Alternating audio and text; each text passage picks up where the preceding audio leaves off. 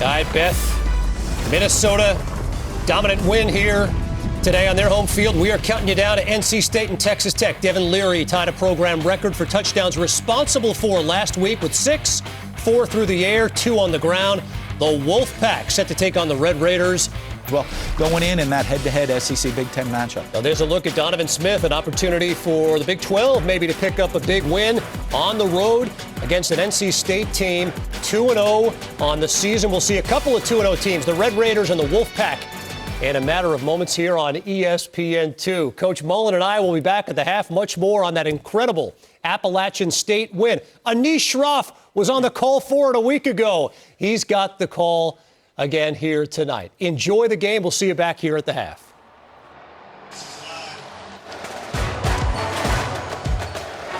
Kevin, thank you. Welcome to ESPN College Football Primetime, presented by Sonos.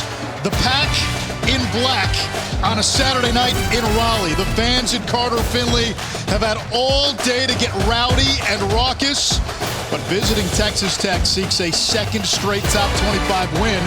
The Pack, however, have won 11 straight here at home.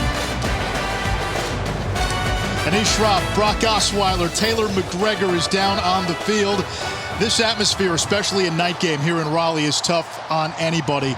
But for Texas Tech's quarterback, Donovan Smith, he is young, he is talented, but he is raw. This is going to feel every bit the Wolf's den it is. He's very raw, but the young quarterback oozes talent. He can beat you 2 ways. He can beat you with his legs. He can beat you with his arm. He can make every throw in the field, but where he's extra talented and very dangerous is truly with his legs outside of the pocket. It's going to be key for NC State tonight to make sure that they stay disciplined in their rush lanes and keep Donovan Smith in the pocket. Otherwise, he will beat you with his legs. We saw it last week. He scored the game-winning touchdown in overtime with his legs in a win against number 25 Houston. Texas Tech looking to string back-to-back top 25 wins, and Smith did have the turnovers but was still named Big 12 Offensive Player of the Week. On the flip side for NC State, this defense, it's experienced with 10 returning starters. It's the perfect cocktail of talent, depth, experience, and then scheme. It certainly is. And Tony Gibson, the defensive coordinator for the NC State Wolfpack, he will keep quarterbacks up at night, and especially young quarterbacks, because of his 3-3 stack defense. You will see 6 defensive backs on the field most plays. He will move them around. Wherever you see them pre-snap, I promise you they will move post-snap to try to confuse the young quarterback for Texas Tech. NC State wearing all black uniforms with the black helmets tonight. And offensively for the Wolfpack, it starts with the ACC Preseason Player of the Year, Devin Leary. Taylor? Yeah, for Devin Leary, the expectations were sky high coming into this season. And then week 1, his team almost lost to East Carolina. Following that game, he addressed his team and said, I promise to never play that bad again. He said for him, it's not trying to do too much. Don't try to win the Heisman on one throw. Take what the defense gives you. But his key here today is to remember his running back. Don't take too many chances downfield like you saw him do week 1. Instead, check it down to your running back. So look for that here tonight, guys. Taylor, thank you. Last week, Leary responsible for 6 touchdowns, tying a single-game school record. The opening kick between the Pack and the Red Raiders is after this.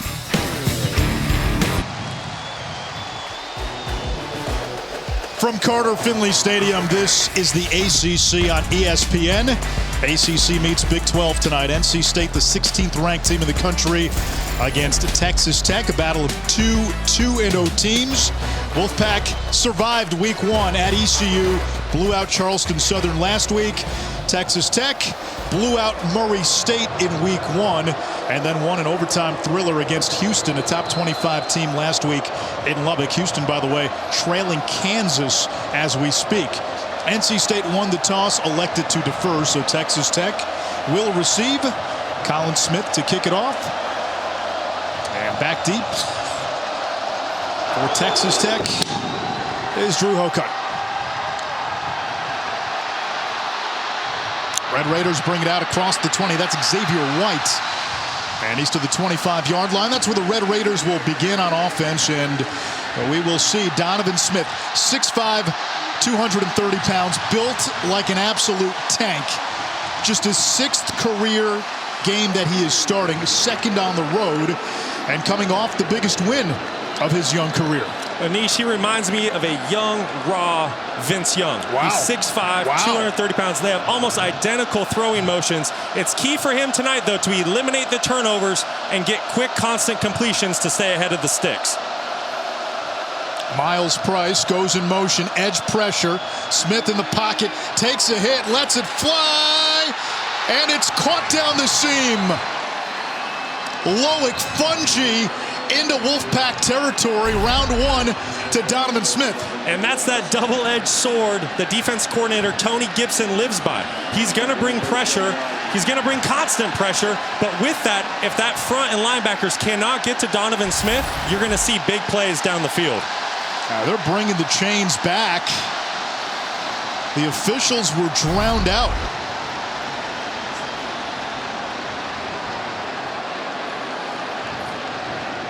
Yeah, they're bringing the chains back all the way to the original line of scrimmage. Oh, he said he dropped it. Texas Tech was ready to snap the ball at the NC State 40. Fungi dropped it. So 2nd and 10. All that for naught, almost.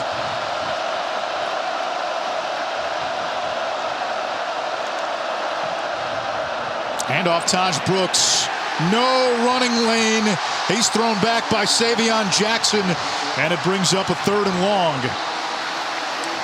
I can promise you this is not where Texas Tech is going to want to live tonight. Not in 3rd and long. They know they are going to have to get positive yards on 1st and 2nd down to be in manageable situations. This crowd is loud. They are lively.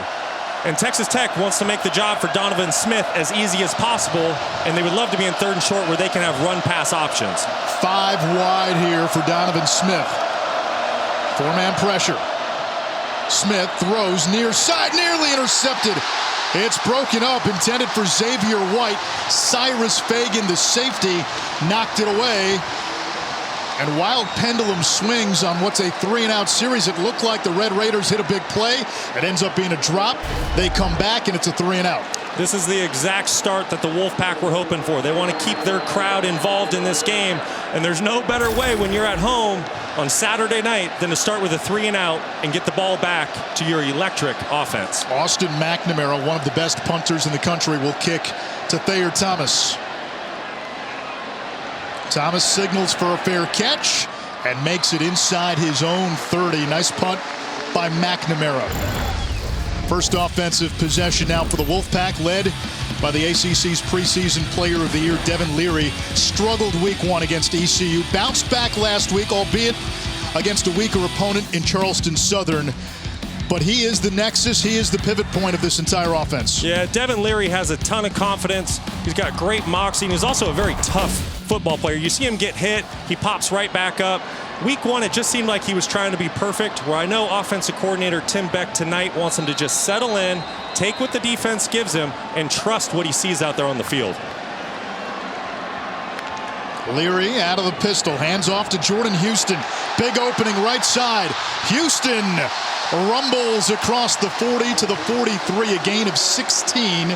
And for all the talk about Leary and his acumen and the accolades that he got in the preseason, this is a Wolfpack offense led by its run game. You're exactly right, Anish, and you see right there, big number 74, Anthony Belton leading the charge on the counter play. This is, don't get yourself wrong, Devin Leary is extremely talented, but this is a run-first team that wants to establish the run game early. And there's Jordan Houston making a couple of guys miss, taken down inside the 40 of Texas Tech.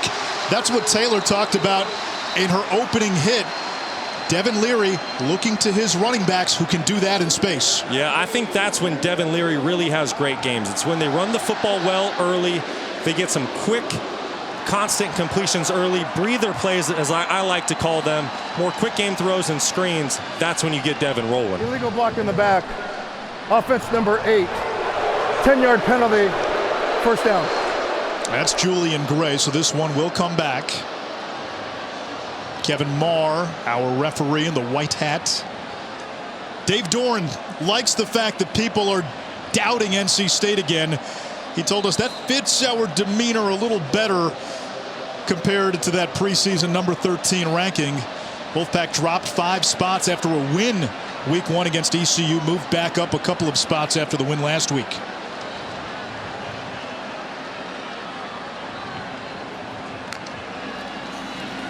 Screen pass. Here's Gray. Across the 45 to the 47-yard line. Brock, Chick-fil-A impact players. Who do you have?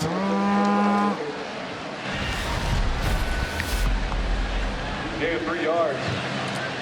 Anish, you're going to see here Thayer Thomas, wide receiver number 5 for NC State. I really think the offense needs to go through this guy.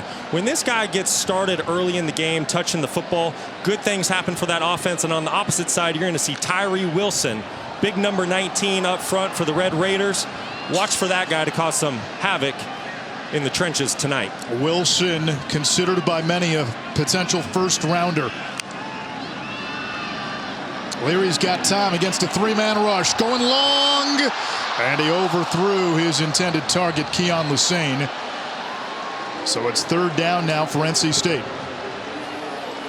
And that surprises me to see Leary overthrow a deep ball like that. That is definitely one of his strong suits. He throws a tremendously accurate deep ball, whether that's go throws, posts down the middle. That's something that Tim Beck, his offensive coordinator, says he does tremendously well. And Tim Beck, for the 2nd straight week, calling the plays from upstairs, not down on the field.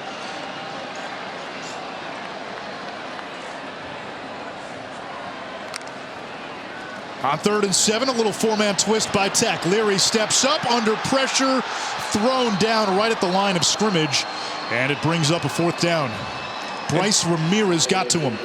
To me, Anish, that just looked like a coverage sack. There was tremendous coverage by the defensive backs downfield for the Red Raiders. That was blanket coverage. But also what you saw there pre-snap, Texas Tech was playing in a 2-high safety look. At the snap of the ball, they rotated to a single high safety, and it seemed like it caused a little bit of confusion for Devin Leary with where that football needed to go. Shane McDonough, the Towson transfer, to punt it away, and it's Drew Hokut, the son of Texas Tech athletic director Kirby Hokut, waiting right at the 11-yard line.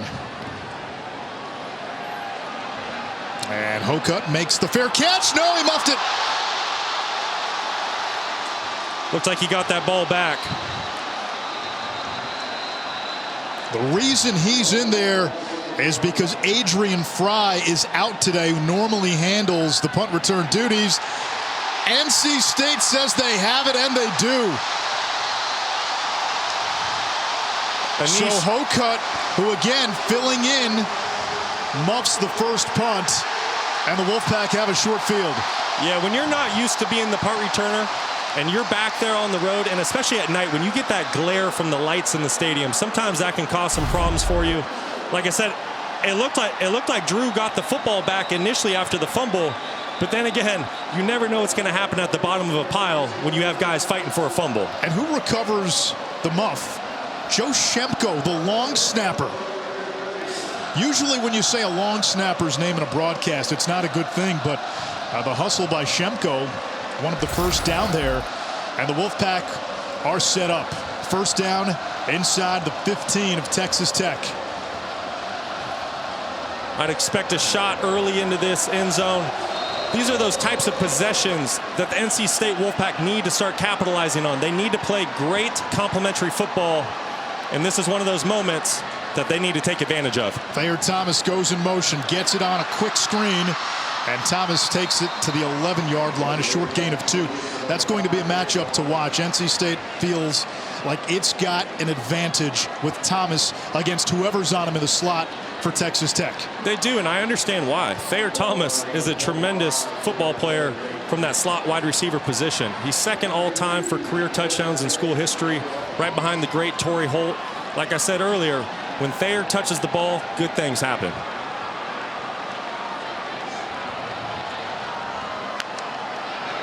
Houston up the middle, and he twists down to the 5-yard line.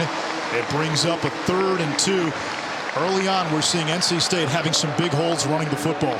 Yeah, they do, and that's because they have a veteran offensive line that's played together. 4 or 5 starters returned from last year's season. These guys have played a ton of football together. They have a ton of chemistry together. They borderline don't even need to make the calls because they're all so in sync. They don't even need to verbalize when they're out there together. The new starter is left tackle Anthony Belton, one of your impact players. He takes over for first-round pick Ike Ekwonu, and the coaches told us Belton right now is the best lineman up front. Demi Sumo Karngbe, the one the teammates call Sharko, is the new running back. He gets the call, shows off the patience, picks up a first down, and it's 1st and goal, Wolfpack. Texas Tech playing man-to-man right now down in the red zone. Oh, they're going to say he's a little short. 4th down. One official held up a fist. They were getting ready to move the chains on the sideline.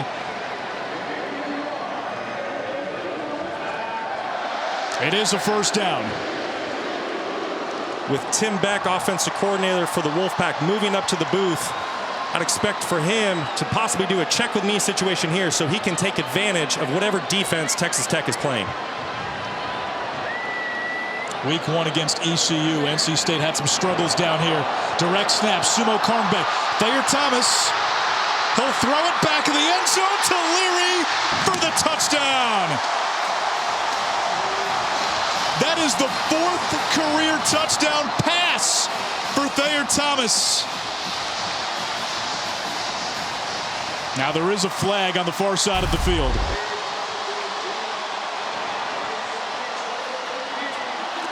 Well, if you feel like you've seen this play before, it's because you did. The Philadelphia Eagles ran this in the Super Bowl against the New England Patriots and hit Nick Foles for a touchdown. Well, Anthony Belton was the illegal man downfield. We were just singing his praises, so it wipes a score off the board. Philly special.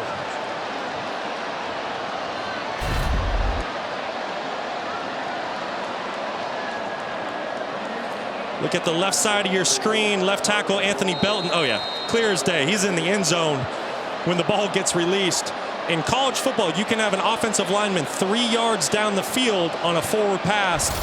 But that's clear. Anthony was well past 3 yards. He was in the end zone. That's going to be called every single time. 2 tight ends out of the pistol. Sumo Karngbe shed 1 tackle and then tripped up. Not much there. Marquise Waters the stop. Brock, you get down to the 3-yard line. Is that too cute for your taste, or are you okay with the play call? I love the play call. I love the creativity. Players have fun with plays like this, and also so do the fans. It really draws the stadium into the game, and whatever it takes to get the ball in the end zone, I'm all for. I think here's a situation where offensively you need to look for your big wide receiver down at the bottom of the screen. Number 88, Devin Carter, 6'3", 215 pounds. I'm looking for the big fella right here if I'm playing quarterback. Thayer Thomas motions. A flag is down.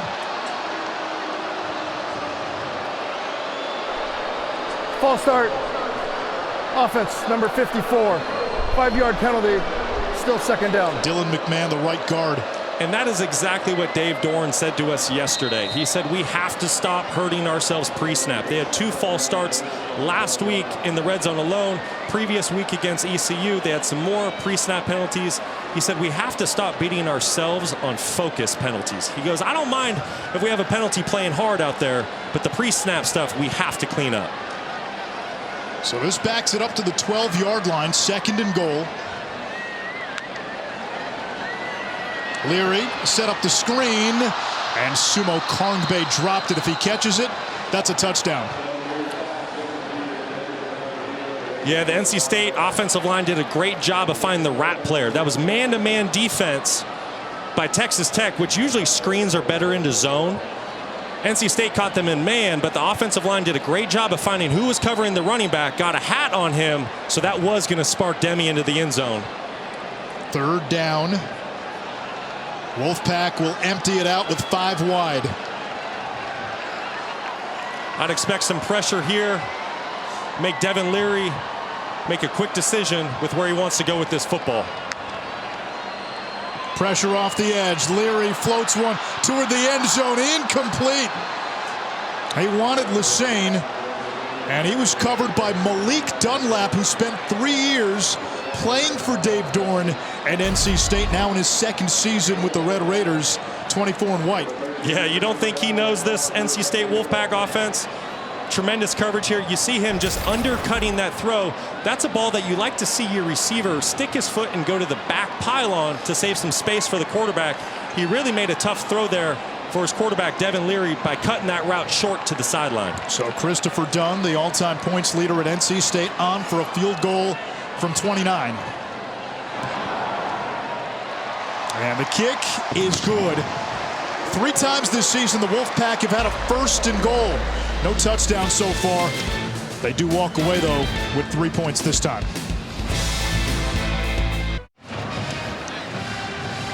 Six years ago, Joey McGuire was coaching high school football at Cedar Hill, a program that he turned into a Texas powerhouse.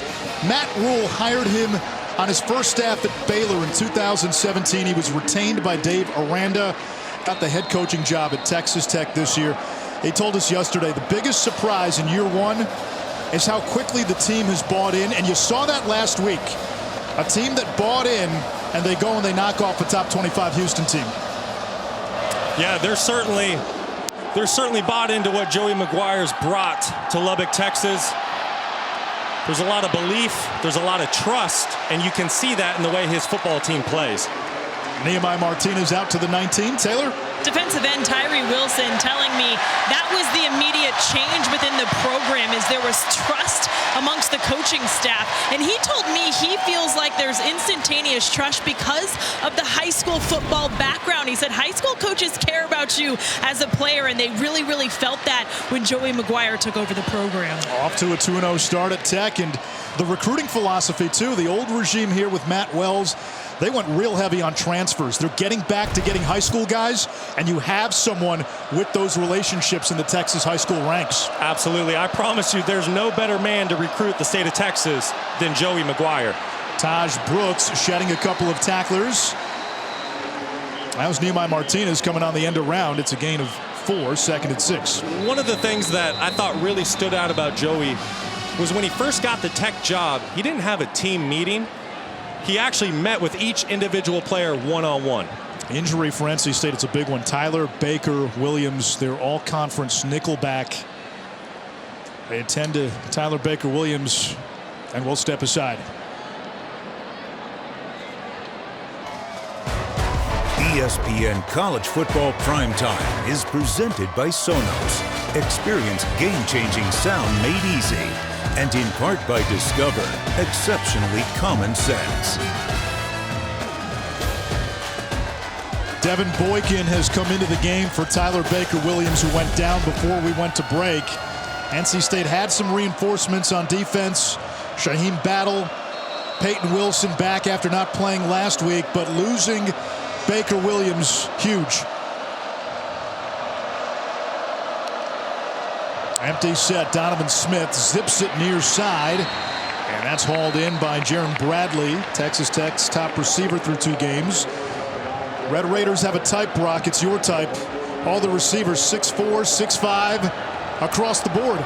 Donovan Smith is playing with a quarterback's dream. He's got 6'4", 6'5", 6'6", all out there across the field. Every direction he wants to throw, he's got height and matchup advantage.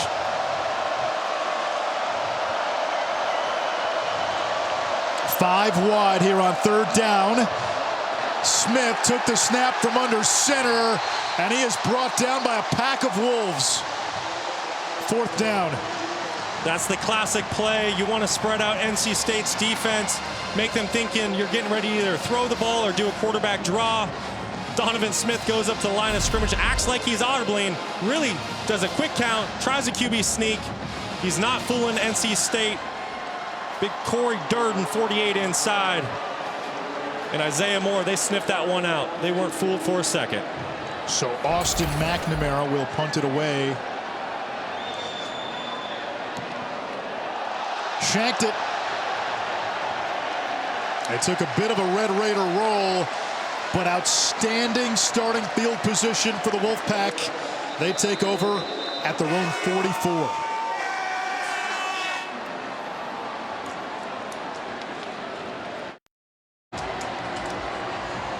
Joey McGuire and Dave Doran, the two head coaches, both good friends. When Doran was an assistant at Kansas, McGuire was at Cedar Hill, and it was Doran who signed McGuire's first Division I player. That was Marcus Herford, who was the quarterback at Cedar Hill, went on to become a part of the winningest class at Kansas. Jordan Houston with a big hole and takes it into Texas Tech territory, pushed out by his old teammate Malik Dunlap. Taylor, that's not the only connection, though, on the staff. It is not. In 2003, Joey McGuire's first year at Cedar Hill, his team was 5-4 and defeated an undefeated 9-0 Summit team. Now, the head coach of that Summit team, OC of NC State, Tim Beck. The two are good friends to this day. Houston inside the 40 for a gain of 4.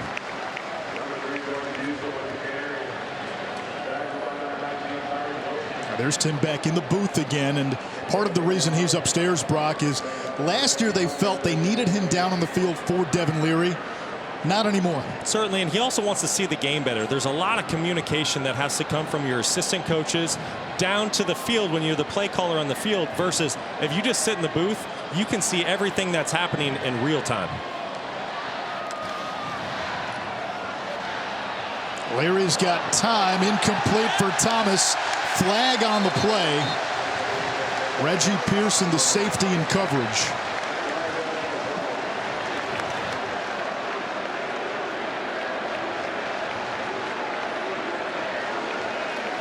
I think we're going to have defensive pass interference here. Defense number 2, 15-yard penalty, automatic first down. Yeah, Reggie Pearson really forcing Thayer Thomas out of bounds. Thayer Thomas is trying to run a big box fade, which really is an inside slot go route. And just there, Reggie Pearson, a little undisciplined there with his coverage. Got a little too handsy too early with Thayer Thomas. So 1st and 10 now from the 23. Trips left. Houston is the running back. Leary's got time again in the pocket. Now steps up, now thrown down.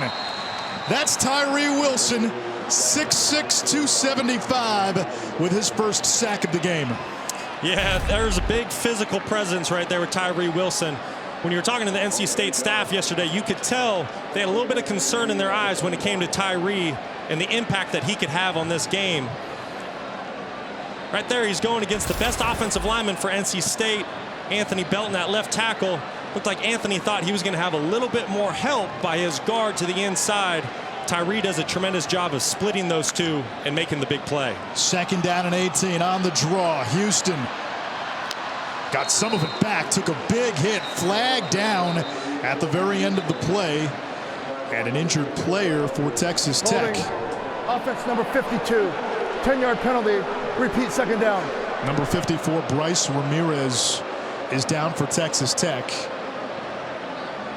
Penalty is on Timothy McKay. 4th penalty against the Pack.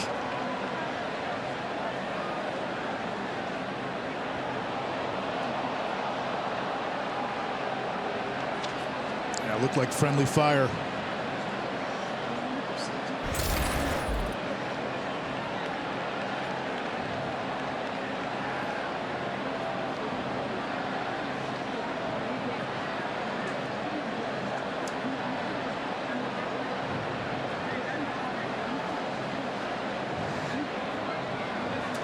Ramirez remains down.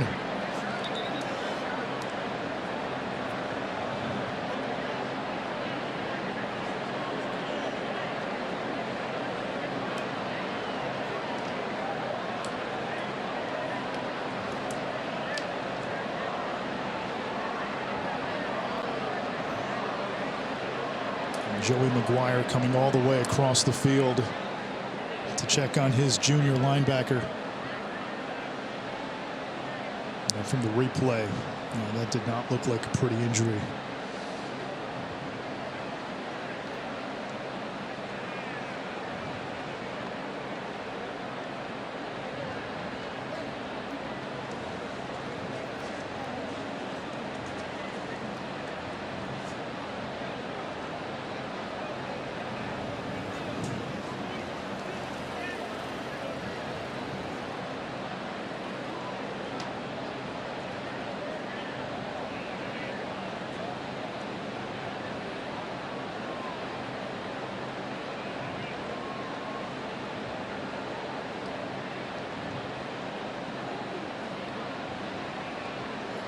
will bring the cart out.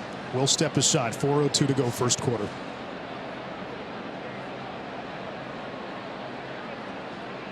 We had a very serious injury in Raleigh. Let's send it back out to Anish Shroff. Kevin, thank you. Jordan Houston gets the call on 2nd and 27, picks up 2. 3rd and 25, NC State. A somber moment, a somber few minutes here at Carter-Finley. Bryce Ramirez, one of the linebackers for Texas Tech, went down. We watched the replay. We decided not to show it to you. It was a gruesome leg injury. He was just carted off. So we hope that young man can recover quickly and speedily and get back to being healthy. I'd love to see some pressure by Tim DeRuyter's Red Raider defense here, trying to knock and make sure that NC State does not get into field goal range here. 4-man rush by Tech over the middle, wide open. Lassane on the drag, and he's tripped up at the 30. That's Malik Dunlap again, former NC State defensive back, making a big tackle. That would have been a few extra yards if Dunlap wasn't there. It's 4th down instead. And I understand that it's 3rd and long and you don't want to give up the big one, but you also have an opportunity to knock NC State out of field goal range and not even give them a chance at points. I'd like to see the Red Raiders be a little more aggressive there defensively, but nevertheless, great stop against a short field. This will be a 47-yarder for Christopher Dunn. Career long is 53. And this one is good. So 2 field goals by Dunn, one from 29, one from 47, and it's 6-0 NC State. Next week, our Saturday night football game presented by Capital One is a Big Ten battle at the Shoe in Columbus. C.J. Stroud and number 3 Ohio State will host Wisconsin. Chris Fowler, Kirk Herbstreit have the call at 7:30 Eastern on ABC. Buckeyes had a bit of a sluggish opener against Notre Dame. Right now, up a couple of scores on Toledo. Yeah, that's going to be a fun one. C.J. Stroud, exceptional talent there at quarterback. And then I love watching the Badgers. You know what they're going to do every Saturday when they show up. They're going to run the football. They got a big, strong offensive line. It's going to be a great matchup in the Midwest.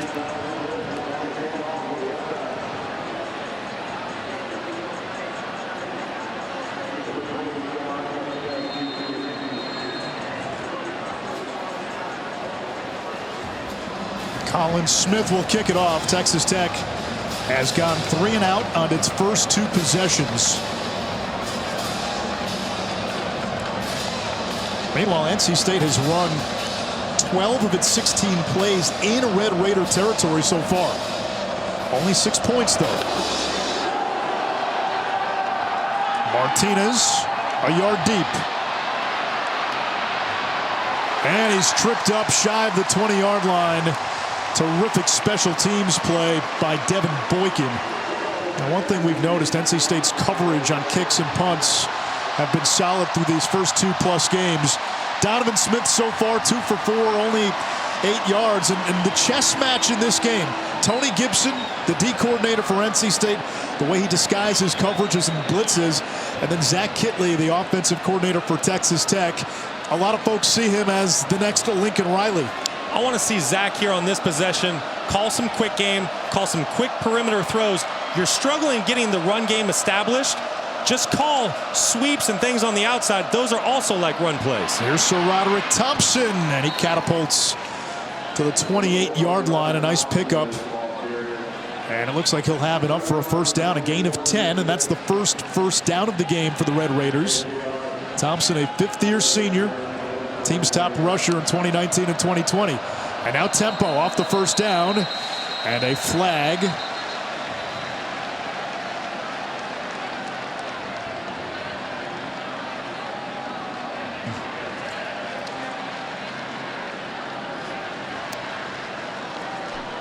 False start.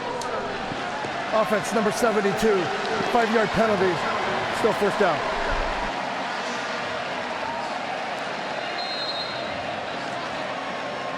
Those are the type of things the Red Raiders are going to need to stay away from tonight if they're going to have success on the road. You already have a tall enough task with a young quarterback going against this stingy defense. You cannot hurt yourself pre-snap. Pressure off the edge. It's the safety blitz, timed perfectly. And so Roderick Thompson tackled back inside the 20. It was Tanner Ingle and Savion Jackson who teamed up. What a great timely call by Tony Gibson. That run was going to go nowhere. Didn't matter what the offensive line did. When you send a corner off of the edge into the direction that the run's coming, that's always going to be a tackle for a loss. So now 2nd and 20, and this Texas Tech offense missing a key piece up front. No Weston Wright, a 4-year starter at left guard. Jacoby Jackson, 75 in white, making his first career start on the road at Carter-Finley against a number 16 team. It is his first career start, but he got some solid playing time last week. Got a little bit of playing time the year before, and the coaches said he did a great job last week when he needed to step in for the injured Weston Wright. His dad and uncle both played in the NFL, so great bloodlines. Officials huddling it over. It's 2nd and 20 for now. 2nd down. Delays have dangerous ends.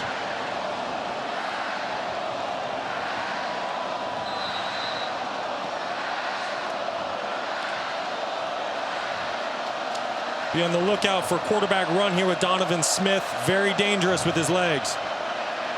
He's got time in the pocket, slings it to Thompson as running back. And so Roderick Thompson cyclones his way to the 30-yard line as we check in with Kevin in the studio.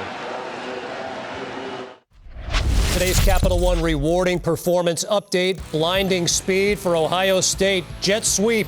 Emeka Egbuka, the touchdown run. They've got touchdowns from Travion Henderson and Marvin Harrison Jr. as well. Meanwhile, we got a timeout here. Timeout from NC State. NC State.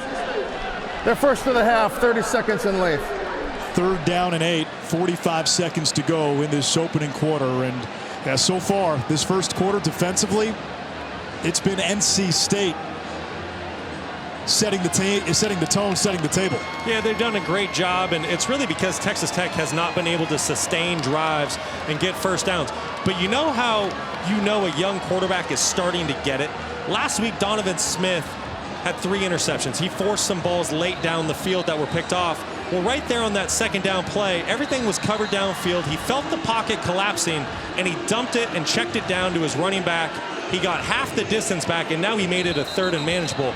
That's taken big strides from week 2 into week 3. Yeah, Smith did not open the season as the starter. That was Tyler Shuck, the Oregon transfer.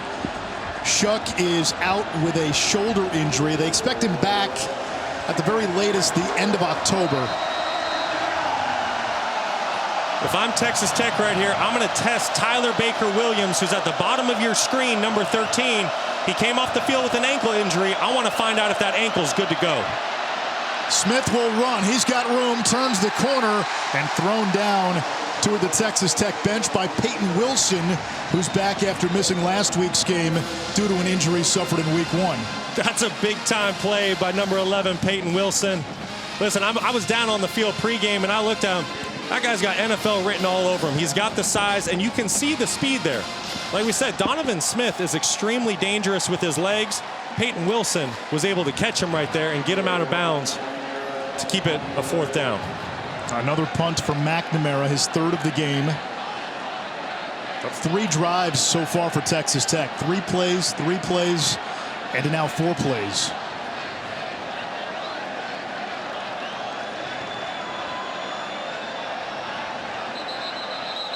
And a whistle. That's the end of the first quarter. That takes us to the end of quarter number 1.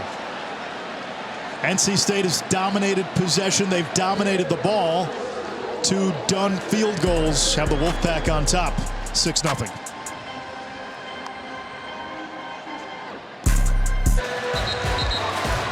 Welcome back here to Carter-Finley Stadium. Just minutes ago, Texas Tech linebacker Bryce Ramirez was taken off the field. He has been taken in an ambulance to Wake Trauma Center to be evaluated for a leg injury. We will update you when we know more. All right, thank you, Taylor. 6-0 to score. 2nd quarter about to begin.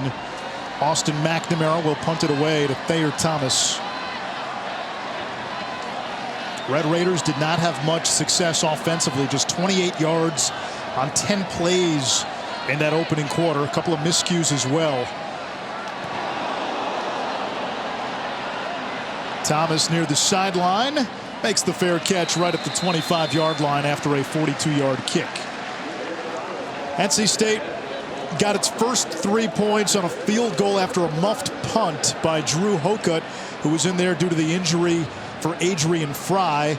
And then McNamara shanked a punt, which gave the Wolfpack a short field. That turned into 3 more points. But if you're NC State, Brock, you kind of feel like you've left something, out on the field. First drive, they had a 1st and goal, had to settle for 3, and then penalties, negative plays sent them back on their next scoring drive. If you're NC State with the expectations that you have for this season, the goals you have for this season, those field goals need to be touchdowns. I'd keep feeding the rock to Jordan Houston and Demi. They're running the heck out of the football right now early in the game. That one intended for Carter, broken up. Dunlap in coverage again. Again, returning to his old stomping grounds at 2nd down and 10. When you look at this Wolfpack receiving game, who's got to step up and be the guy with the Emeka Emezi having moved on? Devin Carter. You know what you're getting in the slot with Thayer Thomas. He's going to be consistent. He's going to be solid. He'll catch the ball if it comes his way. But Devin Carter, the big guy outside, 6'3", 215 at the top of your screen. NC State needs to find a way to get this guy going because he's extremely explosive. Here's Houston. And he picks up 9. It sets up a 3rd down and 1. And to your point, Carter, only 4 catches through the first 2 games. Yeah, and ultimately what NC State does best and what they really want to do on 1st and 2nd down is run the football. They're already averaging over 7 yards per carry for this game. Keep feeding Demi, keep feeding Jordan, and good things are going to happen. And then eventually you will get Texas Tech into man-to-man defense. Go play action, take your shot with Devin Carter. 2 tight ends here on 3rd and short. Sumo Kongbe is tripped up, no gain. Marquise Waters with the big play. It's 4th down. And that's just the Red Raiders right there winning the line of scrimmage. On the initial snap, half that defensive line was in the backfield, just pushing the Wolfpack back. That's a big stop for Texas Tech. NC State just trying to run a little split zone inside. Zone blocking scheme by the offensive line, hat for a hat, bringing the tight end back, trying to get the linebackers to flow and find a crease. Texas Tech does a tremendous job pushing that line of scrimmage into the backfield. So Hokut, whose muffed punt led to 3 points earlier in the first quarter, waits at the 21. McDonough boots this one away. Fair catch is called for and made, this time cleanly at the 19 after a 47-yard punt from Shane McDonough. Texas Tech and Donovan Smith back on offense when we return.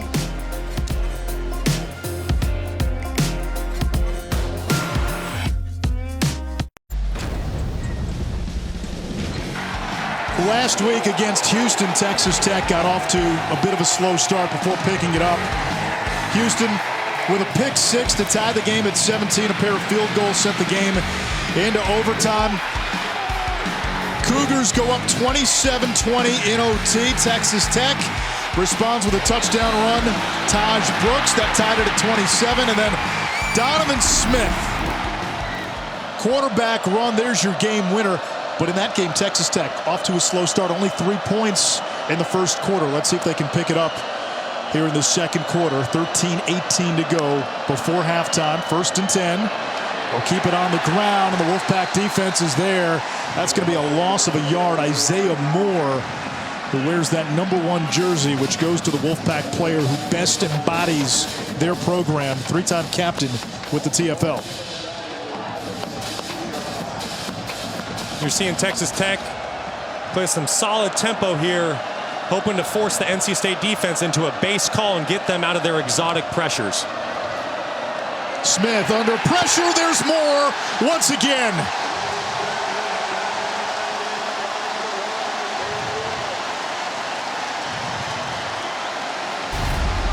Isaiah Moore running through the line of scrimmage on the pressure. You're going to see him come through on the middle of your screen, just not being accounted for within the pass protection by Texas Tech. Donovan Smith had his tight end down the middle quickly, but he needed to make a quick decision, which is very difficult to do for a young quarterback.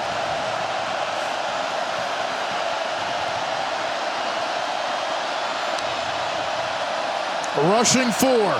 Smith with time. off the hands of Nehemiah Martinez. It would not have been a first down even if he caught it. And 3 and out for Texas Tech. So far, the coverage disguising, the blitzing, disguising where the pressure's coming from. It's worked, and Donovan Smith does not look comfortable. It's worked. Tony Gibson just got a free rusher. His best player on defense, Isaiah Moore, to get no one to even lay a hand on him, ran right through the line, ended that series for NC State. However, give Donovan Smith credit. He gets hit, he comes back on 3rd down, makes a great throw, an absolute dime. Martinez needs to make that catch in order to help flip the field position here. They just lost on. Yeah, he's capable of flipping the field position even from his own end zone. Won't do it here. It takes a Wolfpack bounce, and NC State begins in plus territory.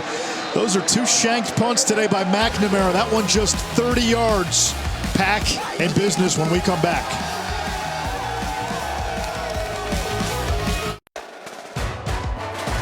ESPN College Football Primetime, presented by Sonos, is brought to you by Arby's. Arby's, we have the meats. It is Extra Yard for Teachers Week here at ESPN, and Texas Tech head coach Joey McGuire still calls himself a teacher. Longtime high school football coach, and he spent 12 years in the classroom teaching special education in Texas. And it runs in the family. His sister Kim Kimberling in attendance right here with a black game day shirt on. She is currently a principal at Brock Elementary in Burleson, Texas. Coach McGuire saying teachers impact lives everywhere. He recalled his 3rd grade teacher, Miss Pierce, who challenged him to read because he hated reading, and she pushed him so much that to this day he is an avid reader. So credit to Miss Pierce and credit to the teachers everywhere, guys.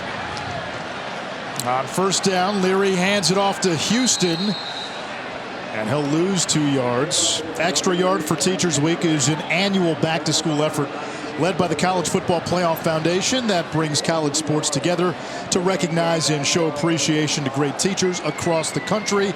To support Extra Yard for Teachers recognition and resources initiatives, follow at CFP Extra Yard or scan the QR code for more. We got the sense from Coach McGuire yesterday, a teacher at heart, building relationships. When he recruits, he tells parents, pick any kid from any high school team I coached. Call the kid, call their parents. If you want a referral and a reference on me, the relationship building is a big part of what he's done. As Taylor told you earlier, he had to earn the trust of this roster. He's been able to do that as Christopher Tootle gets to the 40, and it's a 3rd down and 7. Again, another opportunity for NC State. Short field. Can they capitalize?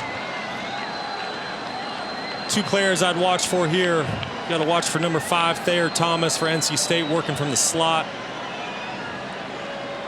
Number 3 right next to your left tackle, and number 88 Devin Carter. Got to find a way to get the big guy going outside. The guy's full of talent. Leary finds Thomas, and he makes the catch inside the 30 for an NC State 1st down, a gain of 11. Got some laundry on the field. Personal foul. Illegal hands to the face. Defense number 19. 15-yard penalty. Automatic 1st down. Yeah, that's big Tyree Wilson. We knew he was going to be a possible game record today on that NC State offensive line. Made a big play earlier in the game. Got to just stay disciplined with your hands. Every once in a while you'll see defensive linemen get those hands up by the face mask. It's going to be a foul every time. And you're going to see here just that left hand clear as day on Anthony Belton's face mask. Got to stay disciplined and keep those hands low in the chest. Red zone opportunity for NC State. Sumo Kongbe gets the edge, gets the end zone.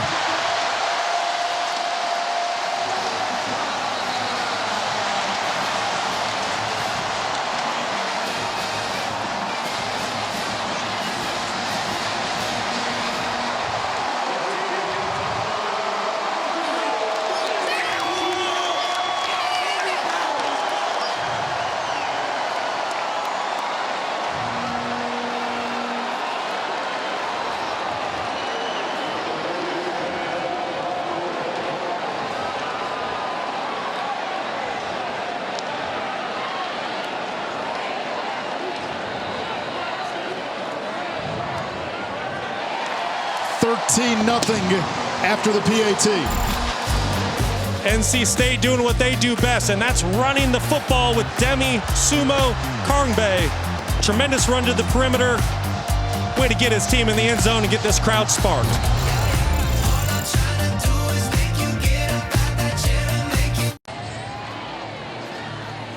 And here's a play you don't see every day. I know Demi Sumo Karngbe is a very physical, intimidating runner at 210 pounds. But here the senior transfer from Wisconsin, Reggie Pearson, just kind of says, hey, I don't really want anything to do with you right now, and I'm just going to let you walk into the end zone. Kind of a strange play. Yeah, and he's probably getting an earful right now from Tim DeRuyter.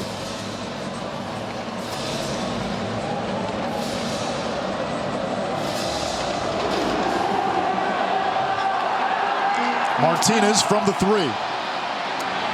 Has the 20. And gets the pile push across the 25 to the 28. And now some laundry at the 40-yard line.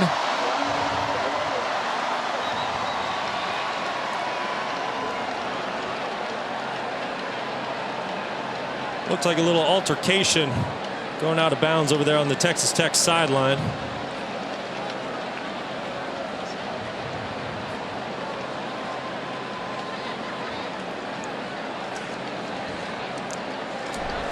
Personal foul, face mask. Return team number 89. Half the distance to the goal. First down. Now that's Jaden York. And we'll check in with Kevin in the studio.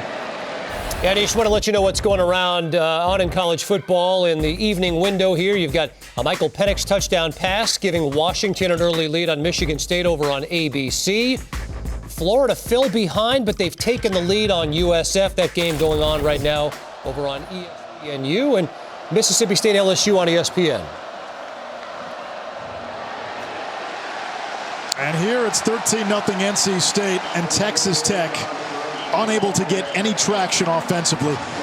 It's a small sample size. It's only 2 games, but the Red Raiders came in with the #1 passing offense in the country, and that was against Murray State and a Houston team which was ranked last week, but currently on the verge of losing to Kansas. They also came in with a top 10 offense overall. They've had nothing offensively so far.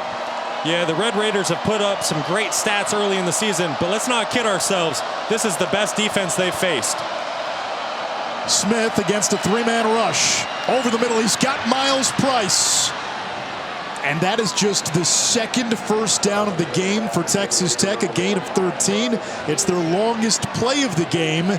And now you can activate tempo if you want. Absolutely. A lot of times coaches wait to get the first down of the series before they go fast because they don't want to have a quick 3-and-out and put their defense back on the field.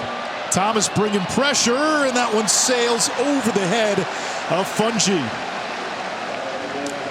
Ball was a little high, but you would love to see Fungi go up and make that play for his young quarterback. It's great to see Texas Tech get an explosive play to get this drive started. You know, Coach said this team doesn't really flinch at anything. They always have a what's next mentality. So the fact that they're down in this game 13-0 and they're trying to fight back doesn't surprise me one bit.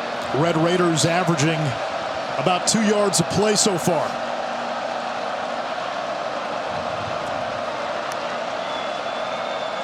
On the ground, and Brooks gets nowhere. Isaiah Moore, he's been making plays all over. 3rd down.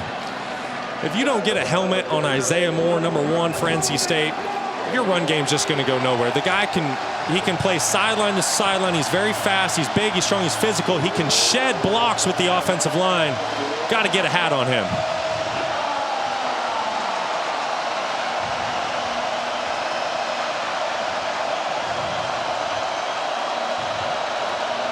Safety blitz. Smith rolls out. Eyes up. Has to get rid of it. It's caught. It's his running back, Brooks. A gain of 18 on the play, and Texas Tech moves the chains. I go back to what the Red Raider coaches told us yesterday. With Donovan Smith, sometimes the fundamentals may not be as precise, but he can also do things you can't teach. Yes, and NC State said it yesterday. They have to keep Donovan Smith in the pocket. If they don't, they know he can hurt them. Brooks picked up the blitz. The throw downfield, incomplete. Broken up by Derek Pitts. Intended for Bradley.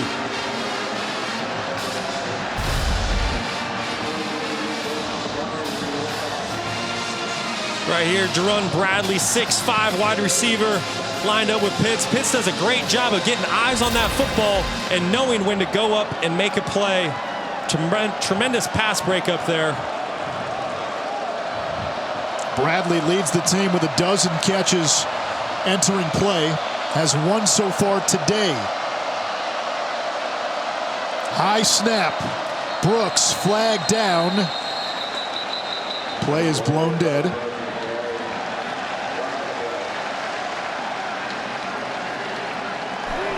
False start.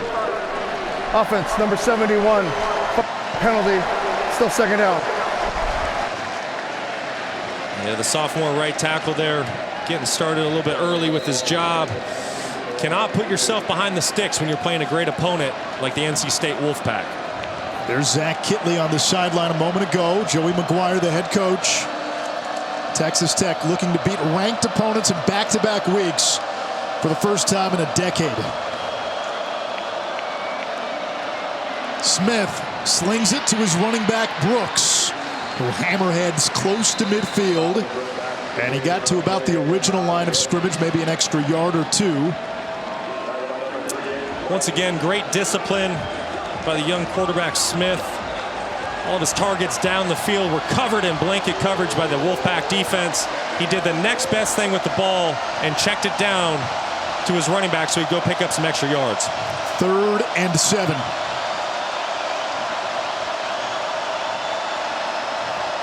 I'd expect pressure here by that Wolfpack defense. They want to force that young quarterback into a quick decision.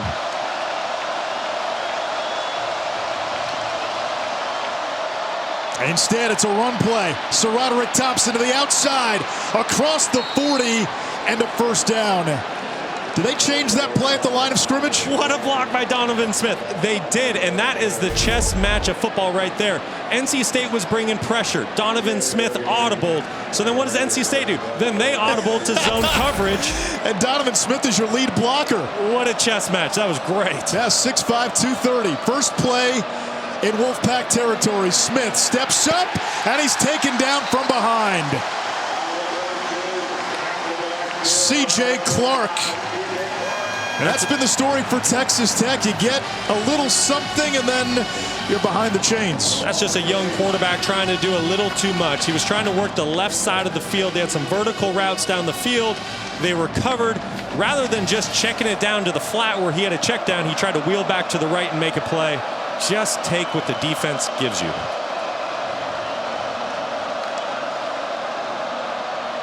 Smith rolling out under pressure. Able to complete. He's got Mason Tharp.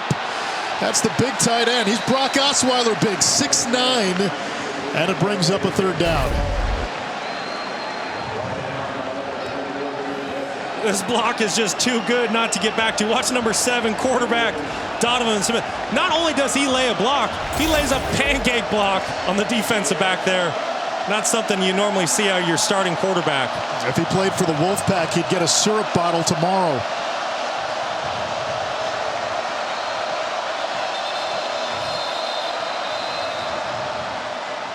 And a timeout by Dave Doran. Texas Tech with a little thing called Uncle Mo on its side for the first time tonight.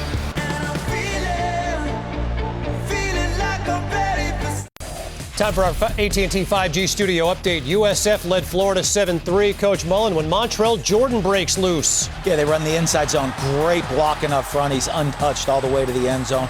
Great movement and big-time run.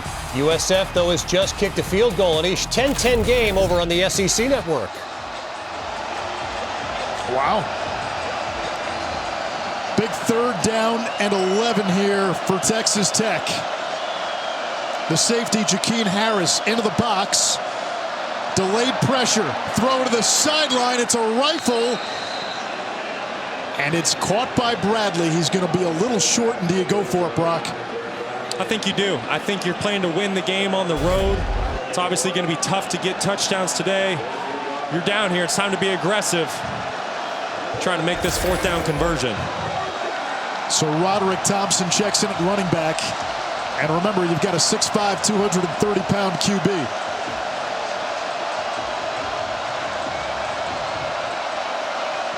They go empty. This could be quarterback run.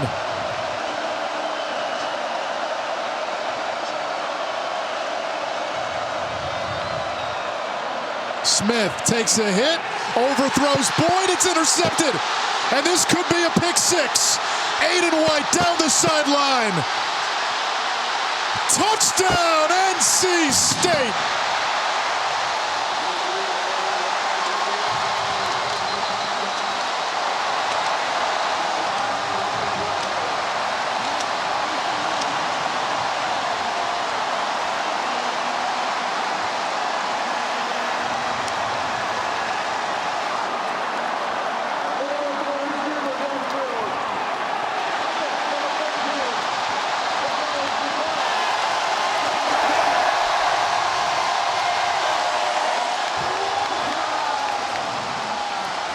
It's an 84-yard interception return for a touchdown by Aiden White.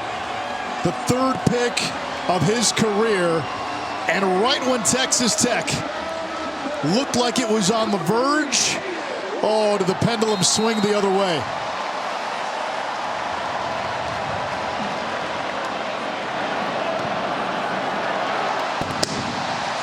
(20-0) after the PAT. Yeah, we all knew if Texas Tech was going to compete in this game, Donovan Smith was going to have to stay away from the big mistake. It looks like he's just on a different page than his wide receiver there. It looks like he's trying to make a back shoulder throw, but the receiver is running the go route down the field and really not looking back for it. Just seemed like a little bit of quarterback, wide receiver miscommunication there. You know, I wonder, after what Zach Kitley, the OC, told us yesterday, when they go empty, a lot of times those quarterback draws have a pass component to it. Brock, you wonder, was Donovan Smith thinking, hey, first option is to run, and then maybe there was a little bit of a processing delay when he realized he didn't have anywhere to run? It's actually in reverse order, and I assume that's what Zach Kitley was going to call there. A pass option that had a draw component built into it for the quarterback, and it looked like right there Donovan Smith committed to throwing the football and didn't look to run at all with his legs to try to convert that 1st down. Once again, I don't mind the call. I like the aggressive decision. You just got to get your young quarterback on the same page as his wide receivers. Yeah, that is now 8 straight games with an interception for NC State.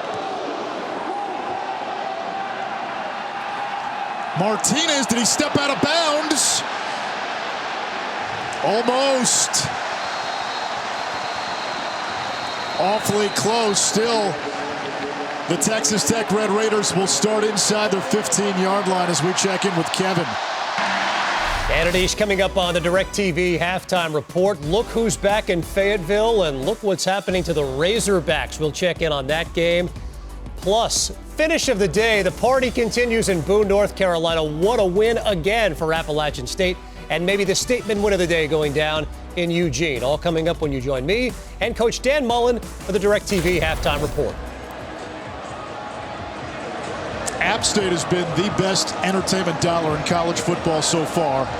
And I'm telling you, that party, it's going to move from Boone to Blowing Rock and probably Banner Elk by the time they're done this week.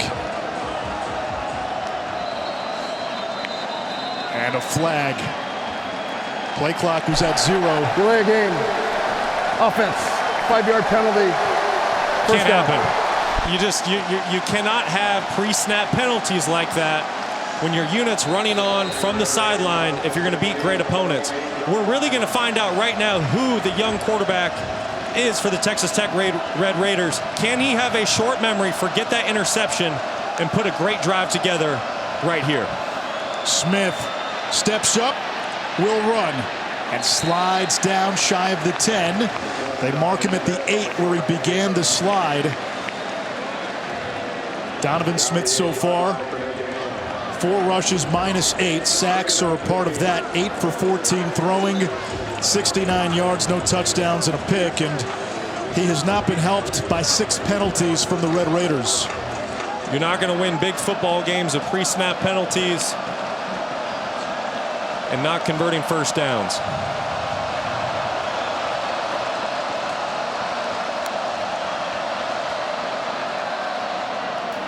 Miles Price makes the catch, steps out of bounds, got 4, maybe 5. NC State just playing a soft zone there. You can tell they're very happy with where this football game is.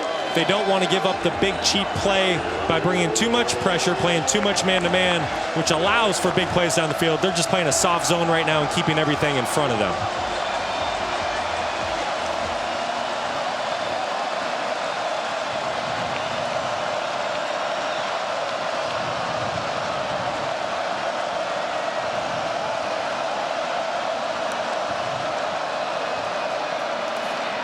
Out of the backfield, Brooks. And the Wolfpack swarm to the football. It's 4th down. McNamara will have to punt it away, and with less than 3 minutes to go. Remember, McNamara's had 2 punts, 1 of 30, 1 less than 30. He doesn't hit this one well. NC State's going to have great field position before halftime. Yeah, and Austin's traditionally a great, reliable punter. He's on the Ray Guy watch list, which goes to the punter of the year in college football. I know that Red Raider sideline right now wants to see him boom one down the field. Yeah, he hit an 87-yarder a couple of years ago against West Virginia. And that's more like it. Thomas chased inside his 35. Fair catch made at the 32. Let's take a look at the Taco Bell Live Más student section. Student sections across the country are competing to be the Live Más student section of the year all season long. They understood the assignment. Pack in black on the field, and mostly in black in the student section. 11 straight home wins. 5th longest active home win streak in the country, behind only Clemson, Oregon, Bama, and Georgia.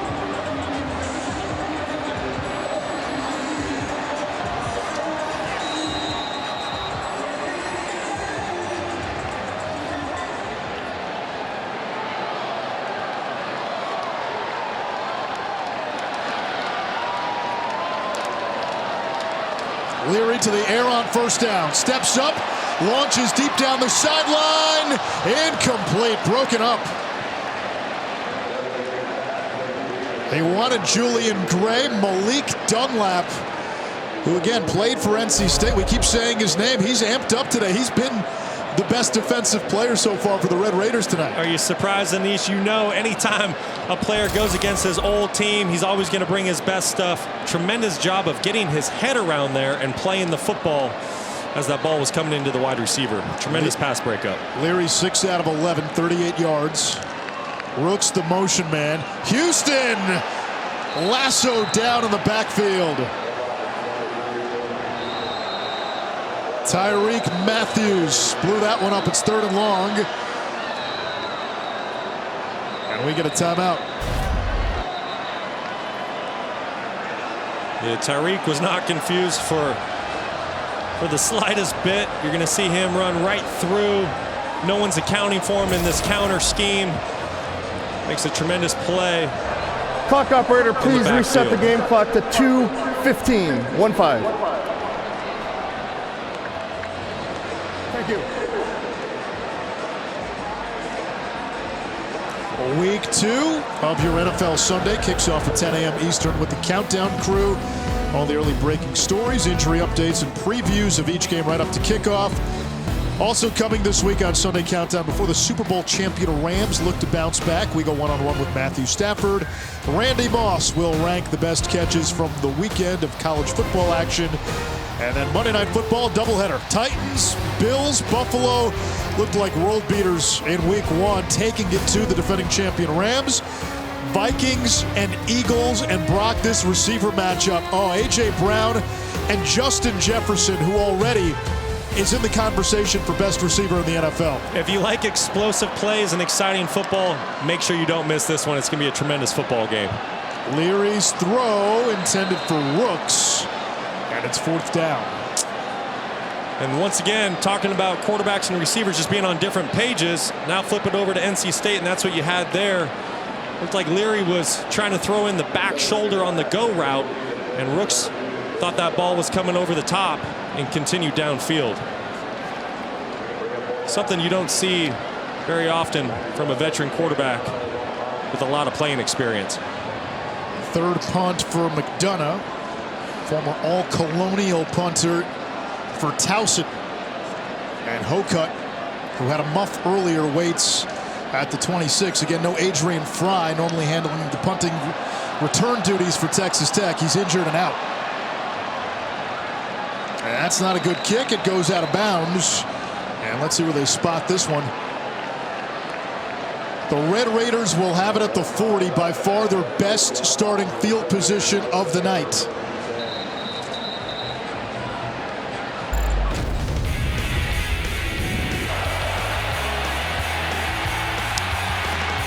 The NC State defense has really controlled this entire football game tonight. There's been nowhere for the Red Raiders to run the football. They've struggled pushing the ball down the field, throwing, and they just haven't been able to convert first downs. They're not getting a hat on the hat in the pass game. But I do have to say this, as bad as it feels right now for Texas Tech, if they can find a way to get in the end zone on this drive, this game will have a much better feel for the Red Raiders going into the third quarter. A 4-yard run by Sir Roderick Thompson. It's 2nd and 6. Texas Tech with 2 timeouts left, less than 2 minutes to go. First half, Red Raiders looking to get on the board. Thompson again. Snakes back toward the middle across the 50, a first down. And Sir Roderick Thompson's been one of the few bright spots on this offense so far. Absolutely. Not only is the guy a tremendous runner, but he can also catch the football out of the backfield. He's great in pass protection. He's a true all-around running back. There's a laser to the sideline. Miles Price. Did he catch it in bounds? He did. It's a first down at the 39. Great job by Miles Price coming back to the football. He's running a stop route at about 15 yards and working straight back down his stem back to the quarterback. Makes a very friendly angle for the quarterback, Donovan Smith, to get rolling. And they will take a look at that.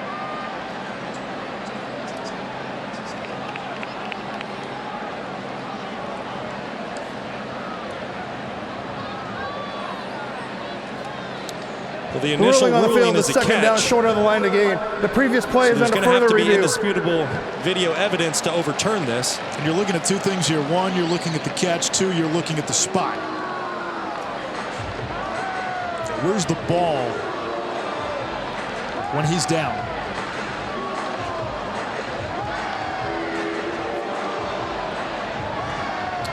Again, the ruling on the field was catch and first down, so you got to find something here that conclusively overturns that. Great throw by Donovan Smith, putting it only where his receiver can make a play on the ball, low and away. It's definitely a catch. The question is the spot, and our screens are pixelating, so I'm not sure we can tell. Maybe you can. I'm just not sure there's anything conclusive here, Brock. No, it's right at the marker. It's tough to see with the angles we have here. Originally they were moving the chains. Then I guess they changed the ruling on the field to say he's short of the first down. Originally they were moving the chains. The official signaled first down. Now they've got the 2 up on the down marker. So I think they have the call right. It's a clear-cut catch. This feels like a stand. Yeah, but it certainly looks like he's just a little bit short of the marker. I think they made the right call on this one.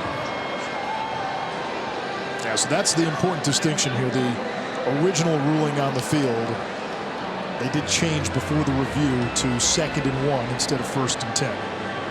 I love what NC State's doing on this drive right now. They came out with 2 run plays right away, and they did that because just in case they don't get a first down, they're trying to milk this clock so they don't give the NC State offense too much time to go score again. But hey, credit the Red Raiders. They're getting After further review, the ruling on the field stands. The clock will start on my signal. It'll be 2nd down. credit the Red Raiders. They haven't been able to run the football tonight. It's been really tough sledding inside for them. NC State's done a tremendous job of moving that line of scrimmage. But hey, how do you get a young quarterback settled? You start running the football successfully, and that's what the Red Raiders are doing on this drive. So 2nd and 1. Playbook should be open. Teeter, the tight end, in motion.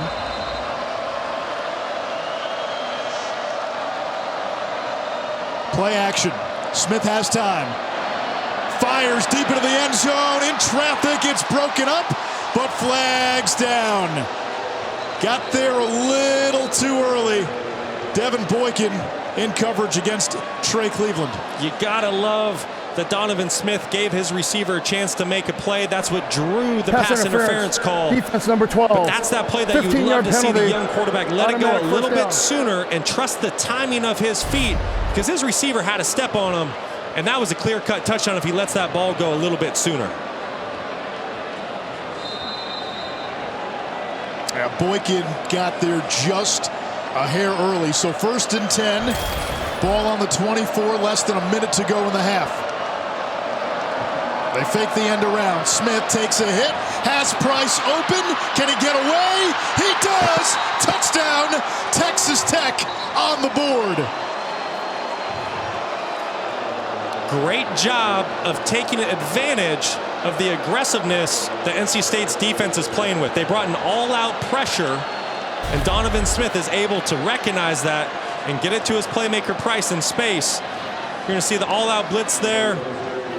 Got Isaiah Moore coming up the middle, but Donovan Smith does a great job of making an accurate throw down the field. That happened on the first possession of the game. NC State brought an all-out blitz. Donovan Smith almost made him pay for it, but he makes him pay for it this time. Used the right trigger on Cyrus Fagan, the safety. And now it's Trey Wolf who hits the PAT. It's 20-7.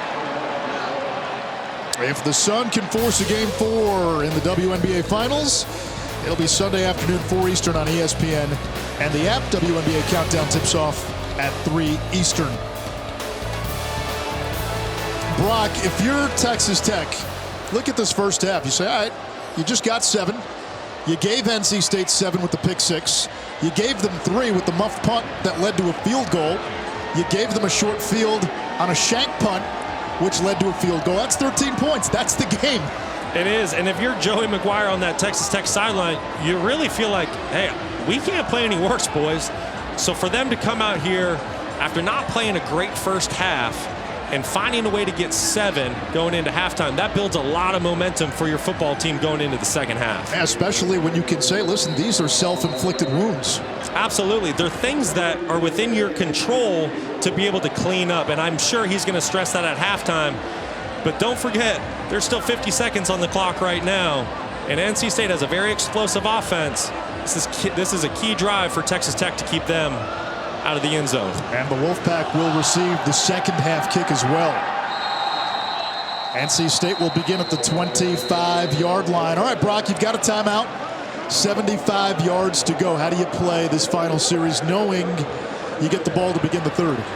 Well, listen, you feel very good about how your team played in the first half. Obviously, you wish you got some touchdowns in the red zone on some of those trips where you settled for field goals, but you feel good about the score right now, so you don't want to put the ball in harm's way. But there still is time to go get more points. So I'm going to try to pop like a quick slant here, a pretty safe throw. But if you can get an explosive gain on it, now your mindset changes and you say, hey, we're going to go try to go get some more points. But if you don't have a successful play on first down, maybe you just go into halftime happy with where things are at. Only 94 yards, but 20 points for NC State. There's Julian Gray on the fly sweep, and he's thrown down across the 30 to the 32, a gain of 7. Clock continues to run. NC State in no apparent hurry. No, and with a play call like that and with the subtle gain that you got, looks like NC State's just happy going into halftime with the score the way it is, unless something funky happens right here. On the delay, Sumo Karnbe. And he picks up a first down. That'll momentarily stop the clock. Ball on the 38, 18 seconds to go. The Wolfpack have a timeout. Leary looking to the sideline. And now they spot the ball, so the clock starts. Leary's looking to the sideline like he wants to make a throw down the field, try to go get some points. He seems a little disappointed that they're just taking this one into the locker room. Yeah, so does the crowd. NC State will take a 2-score lead into the locker room. Wolfpack looking to start 3-0. Only 108 yards in that first half, but they've got a 20-7 lead. To the studio now. Here's Kevin and Dan.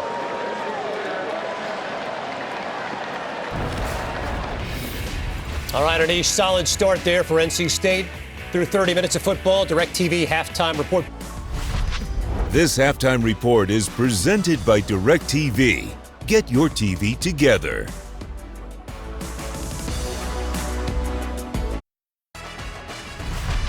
This halftime report is presented by DirecTV. Get your TV together. Against Louisiana Tech. 4th down. Texas Tech goes for it. Aiden White makes him pay. A pick 6. Wolfpack in front 20-7. Second half from Raleigh coming up right after this.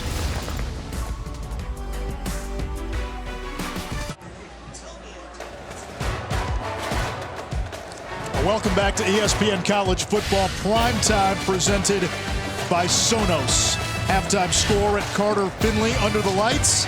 NC State 20, Texas Tech 7.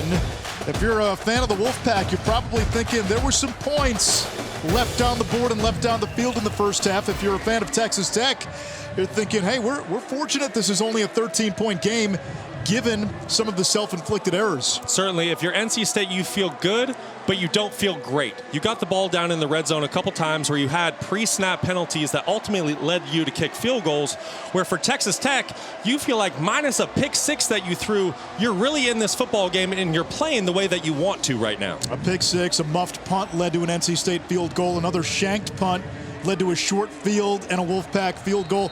That's 13 points. That's the ball game. NC State will receive to begin the third quarter.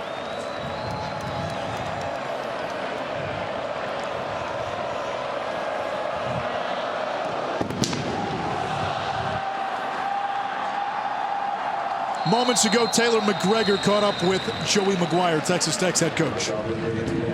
Coach, how do you get your offense into a rhythm? You know, we got to catch the ball. I mean, we had some chances, deep balls. We didn't catch the ball. We got to go attack their corners. We got to catch the ball. And then I was proud of the way we ran the ball late in the second quarter. We got to do that again. What was your message to Donovan Smith? Take what they're giving you, and then, it's 4th and 1. Go be big, be 6'5", 230 pounds, and get the first down, and we'll do better. I mean, we had a lot of self-inflicted wounds right there. Thanks, Coach. You bet. Thank you.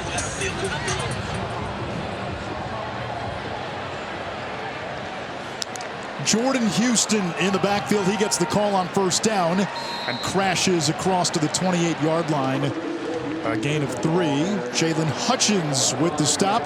Taylor, what did Dave Doran tell you? Well, offensively, he feels like they need to make adjustments. He said Texas Tech defensively was showing some things that they were not expecting. Now, defensively, you can imagine he loves the way that his defense is playing. He felt like at the end of the first half, it was really just they were tired, so they want to continue the dominance on defense.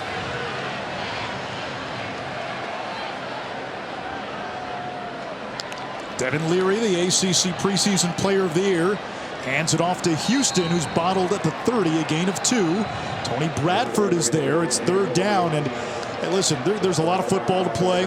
First series of the third quarter, not to make too much of it. But if Texas Tech can get a stop again, they get the ball back and they're able to score. The temperature of this game changes. You're right. This is a very critical 3rd down for the NC State offense. I would expect to see some pressure by Tim DeRuyter's defense here, trying to get Devin off his spot, trying to confuse him, and seeing if they could possibly force a turnover. On 3rd down, Leary steps up. Down he goes. That's Tyree Wilson, his 2nd sack. A man with first-round potential who transferred in from Texas A&M. Now in his 3rd season as a Red Raider, and McDonough will punt. And he's showing that first-round potential. There's not even a great move here. He just says, hey, I'm bigger than you, I'm stronger than you, and he has this tremendous speed to power move that you see there. And once Tyree Wilson gets his 2 hands on your chest and he's pushing on you, it's game over. So for an offensive lineman, you got to knock his hands down. Otherwise, Tyree's going to win that one-on-one battle every single time. Hokut retreats inside his own 20 from the 16. And he cuts a jagged path back to the 21. A 58-yard punt to flip the field by McDonough.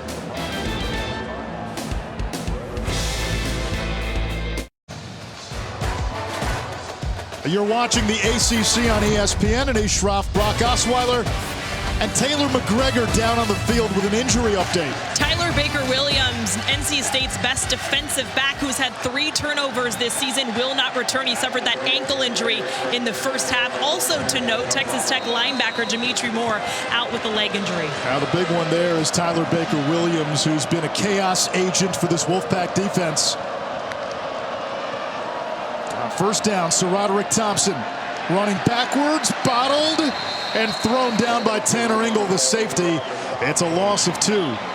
Boy, if he doesn't run into his own guy there was nobody behind that first level. Could have been a home run ball for the Red Raiders there to start this series. Second down and 12, and this has been the issue for Texas Tech offensively. They've been behind the chains a lot tonight. Cleveland in motion. Smith steps up, throws, and that is brought in. There's Tharp again. I want to see you guys post up one-on-one, 6'8" versus 6'9". Well, I tell you what, I wish I played with a 6'9" tight end. That is a tremendous weapon for a quarterback. But credit Donovan Smith there. NC State came out and showed an all-out blitz zero pressure look, and at the snap of the ball, they ran back to zone coverage. Donovan Smith stayed cool, eyes down the field, and made a great throw. Smith, 13 out of 19, 6th career start. Hands it off. No, he'll keep it. That is Roderick Thompson. Looked like Peyton Wilson got a clean lick on him. And he ends up turning that into 9 yards to set up a 2nd down and 1. The 5th-year senior from Irving, Texas. I tell you what, Thompson is a tough runner. Peyton Wilson coming off the edge with the blitz at 6'4", 240 pounds. Doesn't phase Thompson, spins right out of it. Makes a big-time play for the Red Raiders offense. And Donovan Smith again trying to be the lead blocker as he was before. Here's Thompson bouncing to the outside. He's got the first down. And the ball now at the 45-yard line. Peyton Wilson, who led the ACC in tackles 2 years ago, with the stop. And Brock, you're starting to see it in subtle ways, but Donovan Smith, just his 3rd season, injured 2 years ago, started 4 games last year, thrust in his QB1 with the injury to Tyler Shuck. He's been growing up in this game little by little before our eyes. I tell you what, I'm super impressed watching him tonight. Yes, he does have that pick 6. He has that big mistake from tonight, but outside of that one play, he looks like he belongs out there. He's comfortable and he's making great decisions. They've got 2 spies now, and he's taken down from behind. C.J. Clark in the backfield, a loss of 8. Just as we sing his praises, we know he's got the potential, but there you saw some of the rawness. And that's what you cannot do as a quarterback on the road. You have to trust the internal timing of your feet. Once you've taken 2 or 3 hitches, you have to understand it is time to either throw that football to one of your targets or throw it away. You cannot take a sack and put your team in 2nd and long. Wolfpack rush 3. Smith backpedals.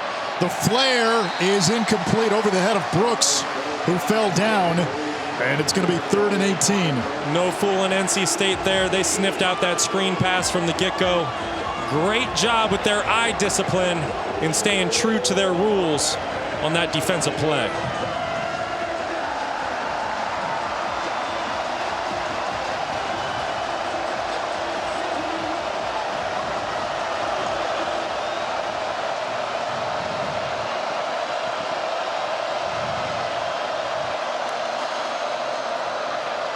Smith with a clean pocket.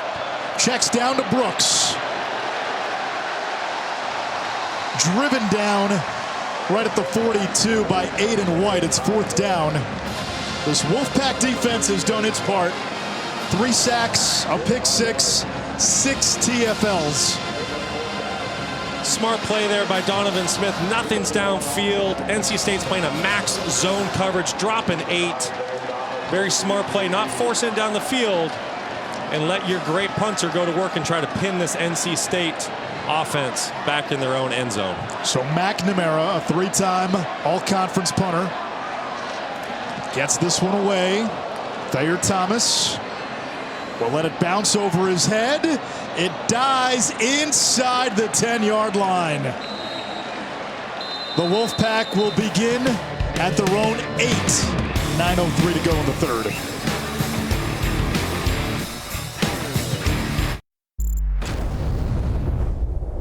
We evaluated them every week till the age of 7 weeks old, and that is when Tuffy 3 was selected. Tuffy's typical training day, a lot of 40-yard dashes, a lot of leg work, intensity, focus. Sit. Stay. This offseason, Tuffy has been working on his quick twitch paws and his footwork. Everyone knows the players are in camp, but Tuffy is in camp as well.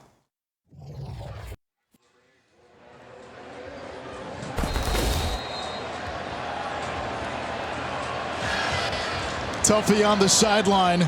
Tell you what, I want Tuffy running down the field on special teams punt coverage. Demi Sumo Karngbae cuts a jagged path to the 17-yard line. He gains 7. 2nd down and 3. Brock, are you for every team having a dog mascot, whether your nickname is K9 or not? I just think that's good. That's what people want. They want dogs. I'm all for it. I'm a dog lover. I own dogs. I think America loves dogs. It's fantastic. And if the cat people are offended, yeah, so be it.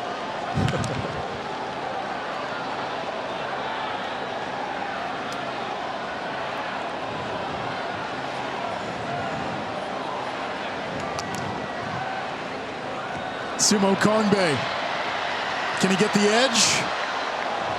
Bottled up right before he gets to the 1st down marker. Taylor?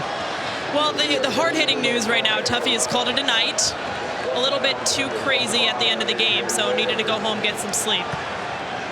That's the life, isn't it? It's a young pup. Rough life, pun intended. Early bedtime. Young pup. His handlers probably deserve an old Tuffy.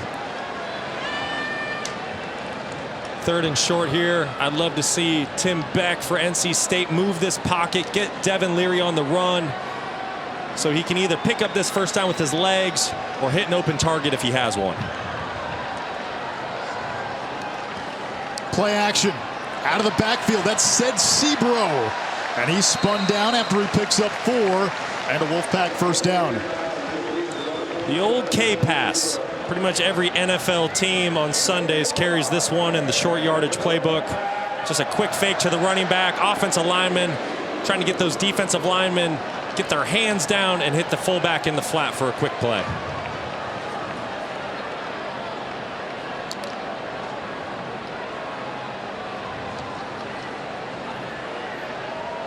And here's the chess game. Tim Beck, offense coordinator, up in the booth, looking at the Texas Tech defense, seeing what coverage they're in, and then doing a check with me play with Devin Leary. Sumo Karngbae. Another patient run. That's what jumps out when you watch Demi KBG or KGB. You got the patience. He waits for his blocks to develop. He has the patience, he has the vision, and then he has the speed to hit the hole when it opens. This guy's a big-time playmaker, doing a tremendous job early in the year. And like I said, it's just not the run game with Demi. He's a great all-around back. He can catch the football. He can protect and pass protection. Tremendous football player. NC State tonight more than twice as many rush yards as pass yards. Leary on the slant. He's got Thomas. A 1st down to the 41-yard line. Leary does a great job here of recognizing the internal blitz by the linebackers. That's a cross dog blitz, 2 up the A gap, right where the center is. But he has to hold the ball for the slant into the 2nd window because the defensive end was dropping into that initial window. Great patience by Devin Leary. throwing an accurate ball for a first down. And that was his longest completion of the night, 11 yards. Both running backs in the game here, Brock Houston and Demi Sumo-Kongbe. I like this package. Two of your best players. Why not get them on the field at the same time?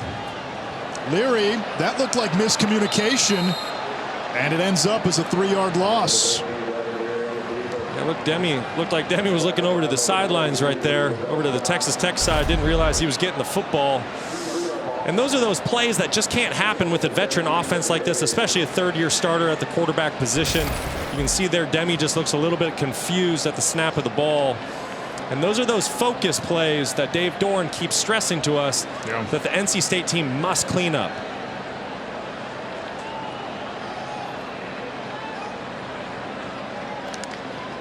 Second and long.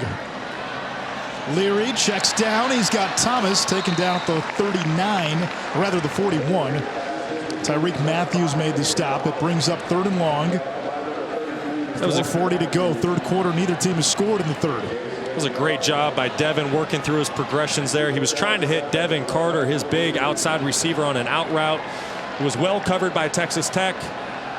Devin moves through his progression, hits his inside slot receiver, makes it third and manageable. NC State 3 of 9 on third downs. Pressure coming. They set up the screen. Sumo-Kongbe breaking free. Across the 40 of Texas Tech. Sharko picks up 19. Great play call by Tim Beck. That's one of those deals that just breaks the defense. You feel like you're gaining some momentum. You put NC State in third and long. You see there Devin does a tremendous job of looking away from where he's going with the football. Demi Sumo does the rest. Tremendous stiff arm, showing the strength and balance that he has at the running back position. Now that was the longest play of the game for NC State. Sumo-Kongbe gets a breather. Through the first 2 games of the season, he has been their most dynamic offensive player, as we get a timeout by Dave Doran with the play clock running down. We'll step aside. 1st and 10, NC State at the Red Raider 39.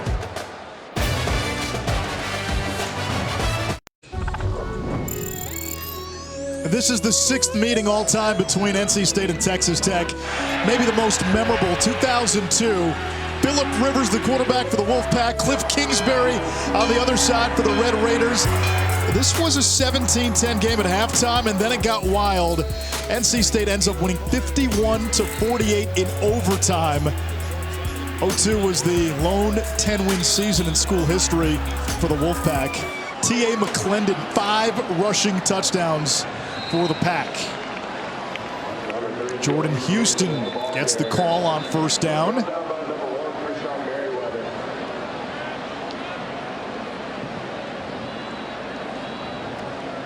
And there's an injured Texas Tech player. It's their safety, Adrian Taylor Demerson. All conference last year.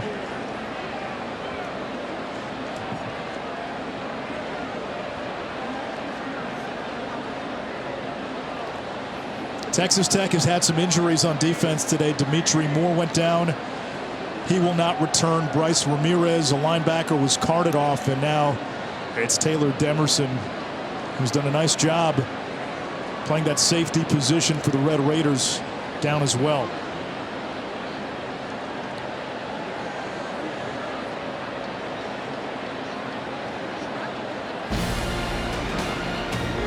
We remind you the Dodgers have already clinched a playoff berth and continue to have the best record in baseball. They'll finish up a 3-game series against the Giants at Oracle Park. Sunday Night Baseball, 7 Eastern on ESPN. Our coverage begins at 6 with baseball tonight and Sunday night countdown. Dodgers putting up one of the best seasons in franchise history. They've got a chance to close in as one of the winningest regular season teams of all time. Currently leading the Dodgers 2-1. Good to see Demerson walk off on his own power. Yeah. Great player there. Honorable mention All Big 12. Hopefully he's okay. 2nd down and 8 for NC State after the short run for Houston.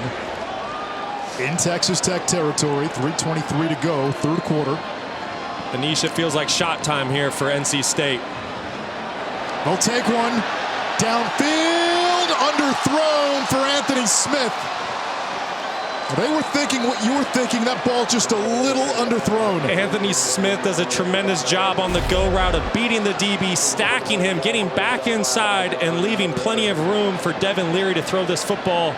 Unfortunately, Devin just underthrows a little bit. You see the double move there, kind of selling a hitch and go. Great play call by Tim Beck. All night long, NC State's either been running the football on first and second down or calling screen plays. It was time to take a shot. And they had the opportunity there. That's one Devin wants back.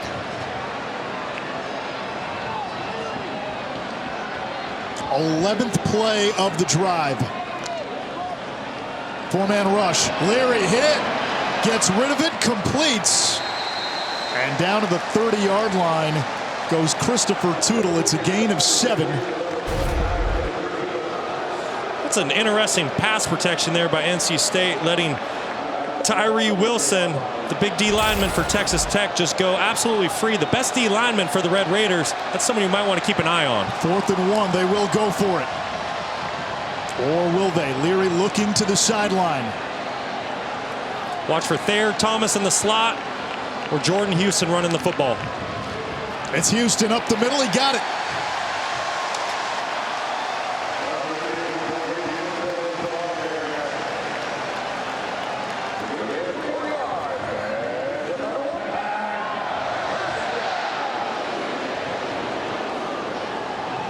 It's a very critical drive here for the NC State offense. Starting to get that feel where if they can get a touchdown on this drive late in the third quarter, boy, that really puts Donovan Smith, quarterback for Texas Tech, and that offense in a tough position late in this football game. And they bring in some of the heavier personnel, 2 tight ends. Houston is the running back. 13th play of the drive. And Houston is taken down after a gain of a yard. 2nd down and 9.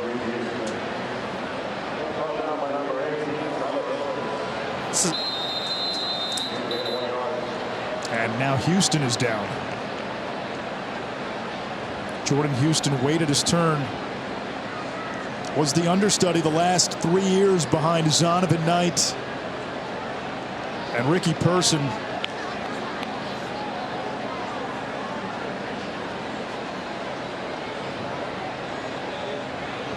"13 carries, 57 yards today."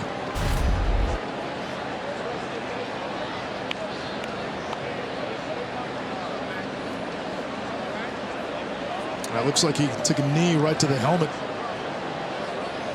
You always worry when it's a hit to the head.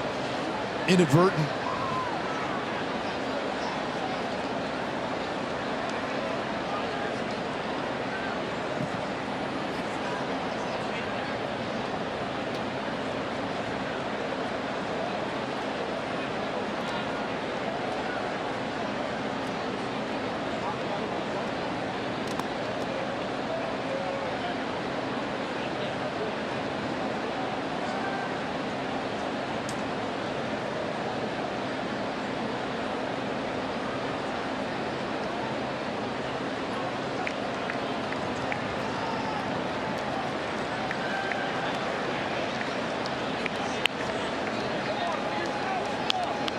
Houston's an important part of this offense.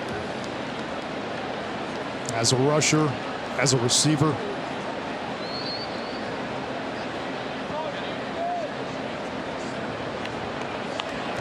And he's able to get up.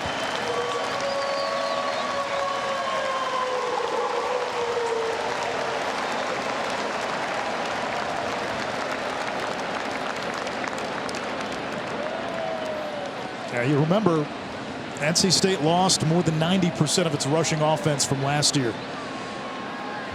And that was one of their biggest question marks going into this season. The combination of Houston and Sumo Karngbae. I don't think it's a surprise to the coaching staff, maybe to some people on the outside. But they've carried this offense through the first couple of games. Yeah, they really have. That's really where this offense has had its spark. Looking here, I want to see Tim DeRuiter for Texas Tech throw some pressure at Devin Leary and this Wolfpack offense, trying to get them off schedule. Leary has a man wide open. It's Sumo Karngbae. Touchdown! Demi Sumo Karngbae. His second of the game. There is a flag at the end.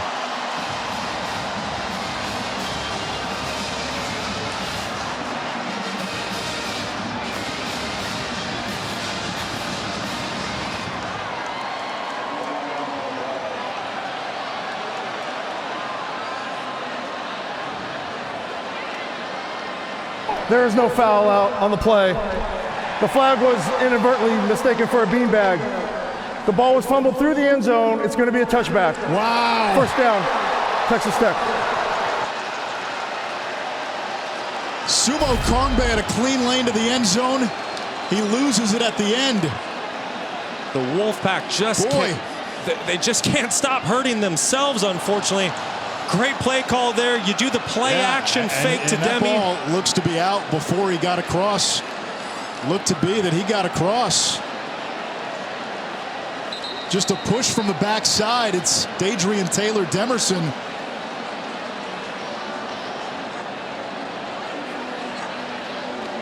And the fireworks and everything. And those are two big miscues now for Demi Sumo Karngbae. Remember, there was the one play where he was in the backfield and it was a zone read and he wasn't paying attention. It ends up for negative yards. That's one, Brock. That's inexcusable. He's got to tuck that and protect it. There's no excuse for that. As a ball carrier, you know that you need to secure that football with your life until you cross that white line. Unfortunately, Demi, he didn't finish through that white line, and he let up a little bit before the goal line there. So a 9-minute and 3-second drive, 14 plays, 90 yards, results in a fumble, and Texas Tech has it back. And Donovan Smith able to complete on first down to Trey Cleveland, the 6'4" redshirt junior from Arlington, and that's a first down. Now the Red Raiders still have the door ajar in this ball game with 1:05 to go here in the third quarter. Less than a minute to go here in the third quarter. There's a lot of football to be played. Anything can still happen tonight. Corner blitz! Aiden White ate him up. Smith never saw it coming, a loss of 8. Thompson, the running back there in pass protection. You can tell by his reaction post-play. You're going to see here the corner at the bottom of your screen blitzing from the boundary. That's the running back Thompson's responsibility to pick up. He has undisciplined eyes, and he releases out into his route rather than handling his protection first. 4 sacks now for the Pack. Smith looking, throws toward the sideline. It's caught well shy of the marker. Nehemiah Martinez coming off the career game against Houston. Texas Tech trying to go quickly, but time just ran out. I don't think this play is going to count. So Roderick Thompson. We had zeros on the clock. There was no time left on the clock when that ball was snapped.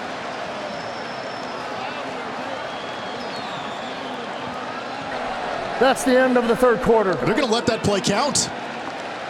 There was no time on the clock when Donovan Smith snapped the ball. There's a lot of poor eye discipline, just not by players. We're bringing the officials into it right now, not seeing zeros on the game clock. And that's the case that Dave Dorn is making. Dave Dorn is pointing to the clock. There was no time left. There's still 15 minutes to go in regulation.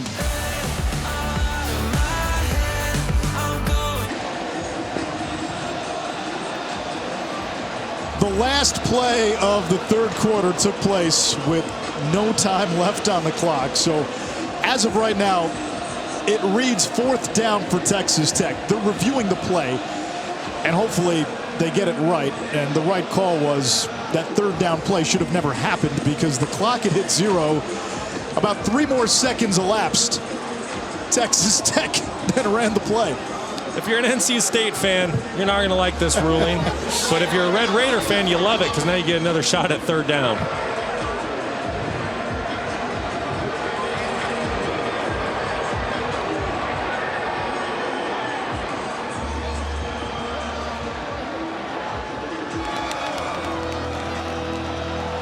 They're communicating the scenarios right now to both coaches. Still looking at it, though. They've been looking at it the entire time we were in commercial break.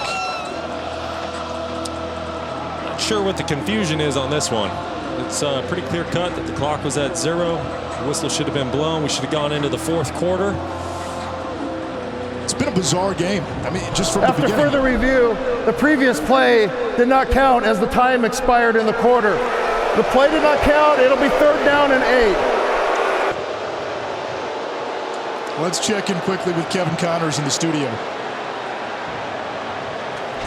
All right, Anish, Texas trailed UTSA 17-7, but Coach, they went to Bijan Robinson here. Well, he's their guy, and they got to go to him right now. Coming a little bit of a hangover maybe from the huge game last week and a big rival, UTSA. And then, of course, the huge App State win over Texas A&M a week ago. This is L.J. Johnson Jr. finding the end zone. It's a 10-3 game, 1st quarter over on ESPN. Anish? All right, thank you, Kevin. A&M looking to bounce back. Miami looking to say they're back yet again. 3rd down and 8 after essentially a do-over. Texas Tech will empty it out, now working right to left. Donovan Smith, 16 out of 23. Throws near sideline, lunging try, incomplete. Bradley trying to plead his case. The line judge right there says it's incomplete, so now 4th down. Donovan Smith and I on the exact same page. He catches man-to-man defense here. I was thinking the exact same thing. Feed the big man outside, Jerome Bradley, 6'5", 215. Definitely an incomplete pass. Brock, they're lining up like they're going for here on 4th and 8 from their own 35.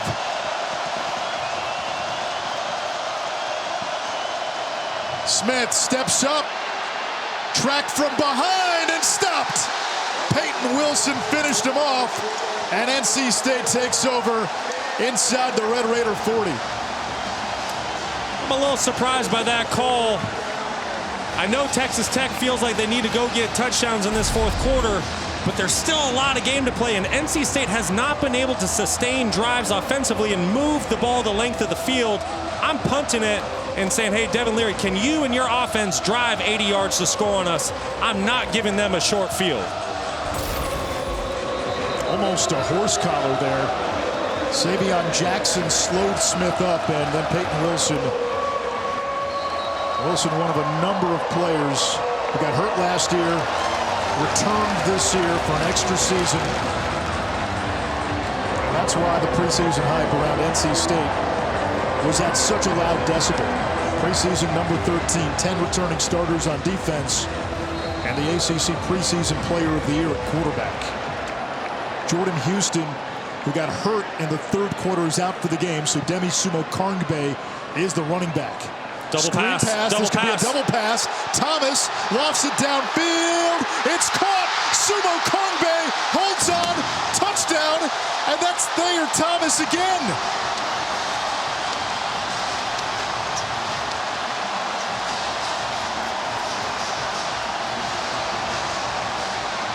Thomas threw a touchdown pass earlier that was called back. This one counts, and he can do that. 4 career touchdown passes now for Thayer Thomas. Thayer Thomas does it all for this Wolfpack offense. Think of a Julian Edelman type player. We've seen Julian throw touchdowns. We've seen Danny Amendola back in the day do it. They can throw touchdowns. They can take the handoff. They can run great routes. That is Thayer Thomas, all-world wide receiver. But they're playing a little quarterback for that Wolfpack offense. Texas Tech rolls the dice. 4th down, they don't get it. NC State answers. Thayer Thomas to Demi Sumo Karngbe, who finds a little redemption. I can't even lie, what a time to... Thayer Thomas with a touchdown pass to Demi Sumo Karngbe, and NC State has extended to 27-20 early in the 4th. Yeah, I love the creativity by Tim Beck, really opening up the playbook. NC State's offense catches Texas Tech in man-to-man defense, and you're going to see Demi sneaking out of the backfield. You're going to have a little eye violation by linebacker number 6, Kosi Eldridge. Needs to keep his eyes on Demi the entire time. He follows the pass rather than keeping his eyes where he needed to, and that's how he got beat downfield. Let's check in again with Kevin. All right, Anish, Bobby Petrino back in Fayetteville with Missouri State leading 27-17. Coach, when KJ Jefferson finds Raheem Sanders. Yeah, a little shovel pass up the middle, and the athletes at Arkansas right here have just exerted their presence. And made it a field goal game. Missouri State punts. They punted to Bryce Stevens, and he finds a seam. 2 quick scores, and all of a sudden the upset has turned into an uh-oh. 82 yards. Arkansas on top, Anish. Donovan Smith throws incomplete, and I'd love to see the sign game in Fayetteville tonight. Tony Gibson does not care that his team is up by 20 points right now. He is still bringing pressure. He's bringing the heat. Right there, he blitzes 2 more guys off of the edge, and he is just not making Donovan Smith's job easy tonight. Smith 16 out of 25, and for NC State, they've accomplished goal number 1. They have kept him for the most part in the pocket, and he hasn't been a threat with his legs. On the drag route, completes. Fungi fights his way to the 35, and he's got enough for a first down. Good to see Lowe getting involved with the game. I know he's battling through an injury right now. Good to see him get that catch over the middle, get vertical, get some extra yards. Junior out of Midland, Texas. Smith steps up. Throws on the run too high. Wanted Fungi again. I know the Red Raiders need points, and they need points quickly right now. But Donovan, don't get away from what you were doing earlier. All the receivers were covered downfield. Who was wide open? The running back in the flat. Work through your progressions. Don't be afraid to check it down to the back. You can still get good chunk yards with your running back. Taj Brooks in the backfield with Smith.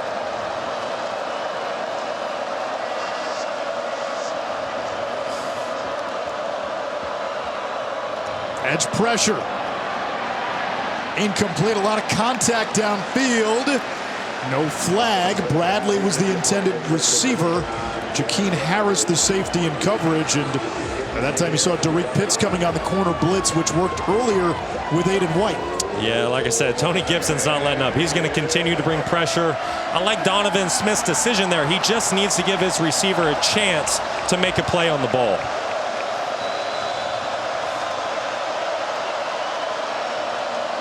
Davin Van nearly jumped. It's 3rd down.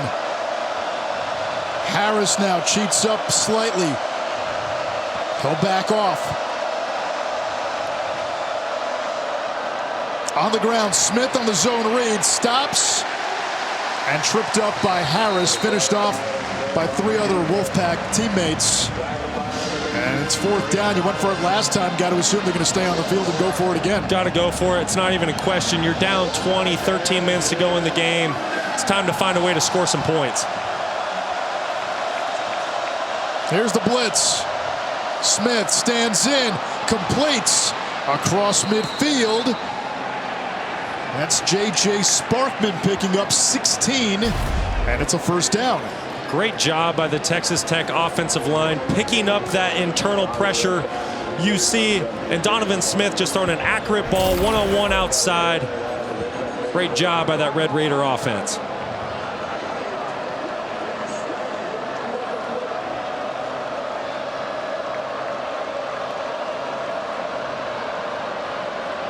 Smith to his tight end Tharp.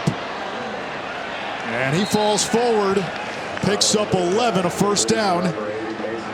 Red Raiders still have plenty of time left, 12.5 to go here in the 4th. Great job taking what the defense gives you. They're playing a soft zone. Take those underneath throws all day. This time a check down. And it's Brooks, torpedoes ahead for a gain of 8. The best way to get into a rhythm as a quarterback, especially a young one, is just trust your eyes. You see that NC State defense sinking into soft zone. Take the running back until NC State takes it away from you. Pump and a strike over the middle. It's Martinez. 14 more. Ball on the 11-yard line. That was a little reminiscent of last week. Martinez took a little crossing route just like that, and he took it the distance for about 70 yards. NC State having trouble getting lined up. Smith will roll to his right. He's got room to run. Turns the corner and gets out of bounds, and that's going to be a late hit. Tanner Ingle came in at the end of the play. Boy, that was pretty close. But if you're Tanner Ingle, don't make it close for the ref. Don't put it in his hands to decide if it's a 15-yard penalty. Personal foul, late hit out of bounds. Defense number 10. Half the distance to the goal. Automatic first down. Ingle's a terrific safety. A couple of years ago, he had some issues with targeting, was ejected 3 times. I absolutely love Tanner Ingle's game. He's played so hard today. He's made big impact plays all over the field, but that's one. Just be smart and don't put it in the officials' hands to possibly call that flag on you. The give to Brooks. Stonewalled. Still fights forward before Fagan made the play. That would have been a TFL. It ends up being no gain. Second down and goal. Let's get that 6'9" tight end involved down here in the red zone. Mason Tharp, big time advantage for you with him running routes at 6'9". 2 tight ends to the right. Price now the motion man. Smith fakes it to Price. He'll march in for 6. That really felt like an offense in rhythm, and I don't think we've said that about Texas Tech all night. No, we really haven't, but what was different about that drive? Donovan Smith was accurate passing the football, and he was patient and just took what the defense gave him. How'd he march down the field? Yes, he hit a couple plays down the field a little bit, but he was taking the running back in the flat. He was taking the tight end in the flat. If NC State's going to play a soft zone defense, you got to be willing to take the check down. Credit Donovan Smith. Great drive by the Red Raiders. That's a great point. Texas Tech could walk away with a loss tonight, but they might have just seen some growth for Donovan Smith that could help them when Big 12 play rolls around.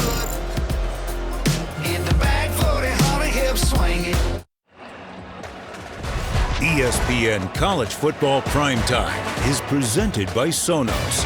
Experience game-changing sound made easy. And in part by Buffalo Wild Wings, to the greatest of all times.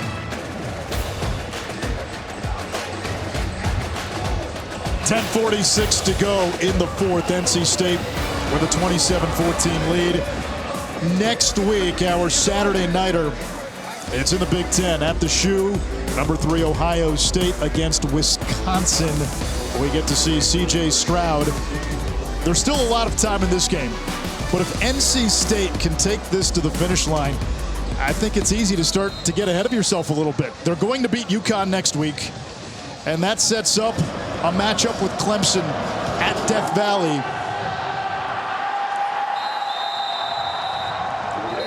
I'll finish that thought after the studio update from Kevin Connors. All right, Anish, Cameron Rising of the Utah Utes looking to avenge a stunning loss to San Diego State last season. The number 14 Utes and Aztecs will kick things off on ESPN News in a matter of moments. You'll see it here on ESPN2 after we go final in Raleigh. Anish. Thanks, Kevin. To finish the point, if NC State's 4-0 going into Clemson, the Tigers look vulnerable. You're looking at a real chance to seize control of the Atlantic and set yourself up to play in the ACC Championship. You're exactly right, but we have a 13-point ball game. A lot of time to play here. This is a very critical drive for the NC State offense. A gain of 6 for Sumo Kongbe. Remember, NC State beat Clemson in Raleigh last year. Devin Carter had the game-winning touchdown catch.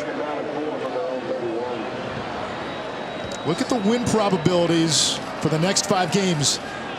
I got to be honest, I'm a little surprised. That Syracuse is 36%. I know the Orange are 3-0, but Purdue gift-wrapped that one earlier.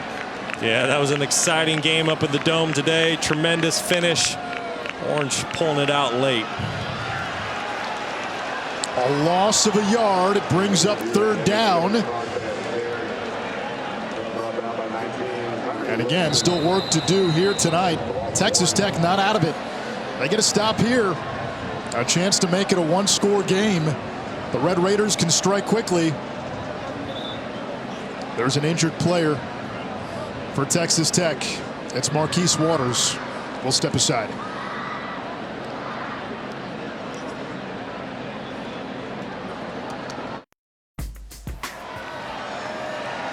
All right, Kevin, here a big third down for NC State.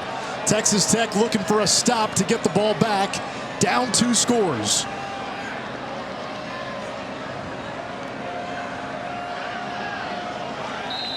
And we get a penalty.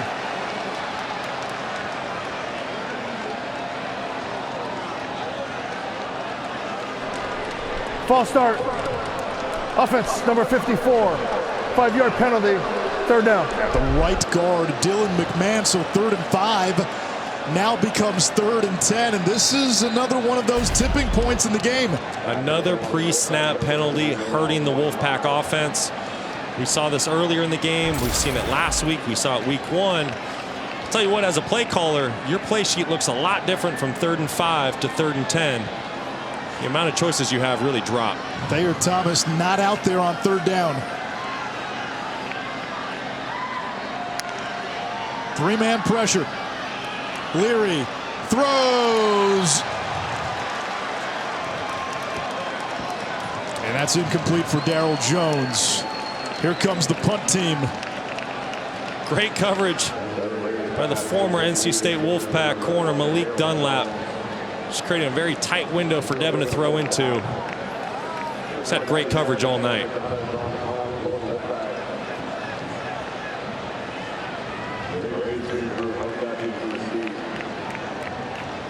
McDonough to punt from the 10. Hokut waits at the 26.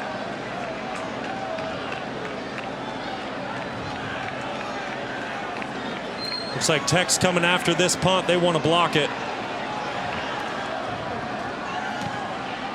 McDonough gets it off.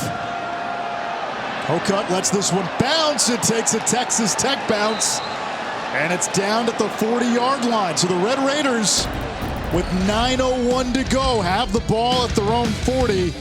As we take a look at this week's college football rankings, brought to you by Allstate. Georgia dismantled South Carolina. They look like the #1 team in the country. Michigan undefeated. Brock, you'll say it. Who have they played? I said 3 high school teams. No disrespect to anyone, but I'm anxious to watch the Michigan Wolverines, play a opponent in the Big Ten and see who they really are this year. Yeah, Clemson only a 2-score lead, 20-6 against Louisiana Tech. This Texas Tech offense can score quickly. Smith has time. Incomplete, threw it behind Cleveland, who was open. Down to Taylor. I've been down here on the Texas Tech sideline. There is no panic. There's a lot of talk. Hey, 9 minutes left. We can score twice. So they feel rejuvenated after that last stop on defense. Yeah, that was the feeling last week when they won against Houston. The motto on this team is what's next. They don't care what happened in the past. They're only looking forward. As long as there's time on the clock, they're willing to play. Smith backpedals. He's got to get rid of it. We've seen NC State really deploy that spy well, sometimes 2. Isaiah Moore waited, and then attacked. Yes, they're doing a great job of keeping Donovan Smith in the pocket. You can tell he's trying to get outside and make a play with his legs, and that's where he's most comfortable. But if he's going to beat NC State tonight, he needs to do it from the pocket, and he needs to make some throws down the field. 3rd and 10. Let's see if the Pack dial up pressure. Texas Tech 2 of 11 on 3rd downs. Safety blitz. It's picked up. Smith fires toward the sideline. Incomplete. Fagan in coverage on Miles Price. And it brings up 4th down. They've gone for it twice on 4th down here in the 4th quarter in minus territory. And YOLO. Why would we change things now? If you get 4 downs in a possession, might as well use them all. That's the Texas Tech mentality. On their last touchdown drive, they converted on 4th down from minus territory. The blitz. Smith stands in. It's intercepted. Jakeem Harris picks it off.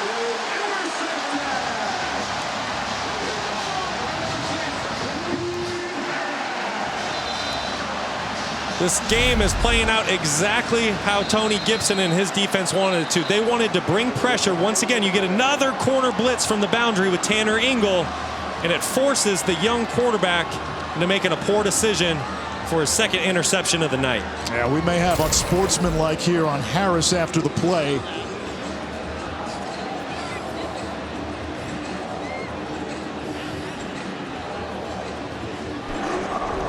After the play was over, unsportsmanlike conduct. Number 6, NC State. 15-yard penalty, 1st down.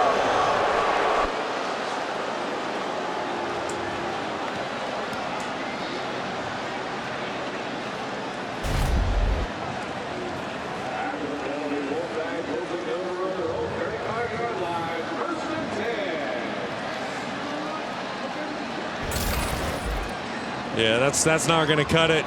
Can't do that anytime you start verbalizing and talking a little trash with the opposing sideline. The officials are going to get you for 15 every single time. That's something we don't want to see in this game. Definitely an easy unsportsmanlike conduct. So it backs up the ball to the 35, and that's important. You had it at midfield before, and again, now Texas Tech, even if they get a stop, have a chance to get the ball back. They're not going to get it here.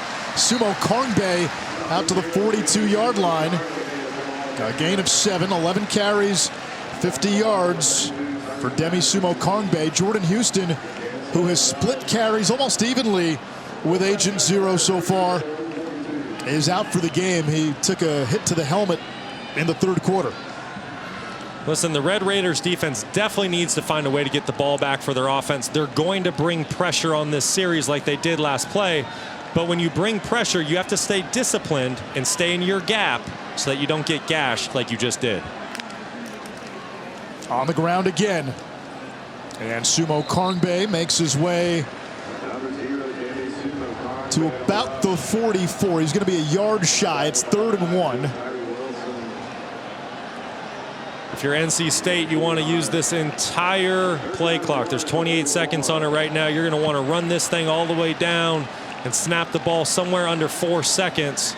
It's time to start thinking about running that game clock out as much as you can.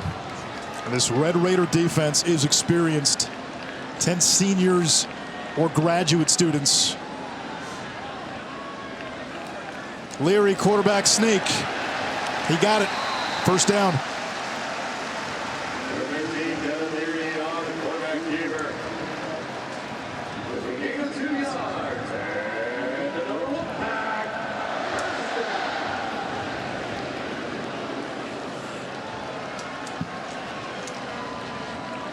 This is one of those deals. If you're Texas Tech, you need to get NC State behind the sticks. I'd love to see Tim DeRuyter bring some pressure here.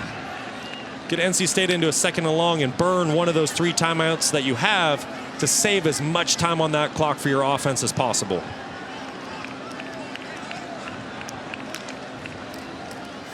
NC State content to keep it on the ground. And Sumo Kongbe gets 2 more. 2nd down and 8. Yeah, you're not going to see much urgency here by NC State. Trying to milk this clock down as much as they can. 2-possession game, really in control of things right now. Like I said, if you're Texas Tech, you got to find a way to get NC State off schedule, and you need to start thinking about burning some of those timeouts to save that game clock.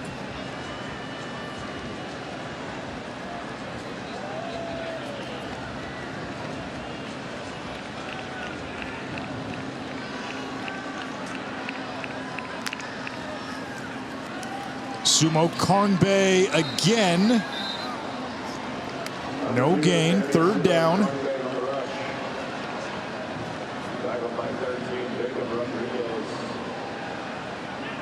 I don't know why Texas Tech isn't taking a timeout right here. The clock is not their friend. Down 13. 2-possession game late in the fourth. You have to get a stop here. Yep. And you want as much time on that clock for your offense. Given how quickly Texas Tech can strike if they get the ball back, if you're NC State, is this another run play or do you throw it? I'm going to move the pocket and make it a high percentage throw. And if it's not there, Devin, just run the ball to keep the clock moving. Now there it is. Sumo Kongbe looking for a seam, spins away from trouble, and picks up the first down. He's been a threat and a weapon in the receiving game today. 4 catches, 93 yards, and a touchdown. What a play by Demi. Had a few slip-ups throughout the game, but now in the fourth quarter, when it truly matters, he takes this swing screen. Great spin move there.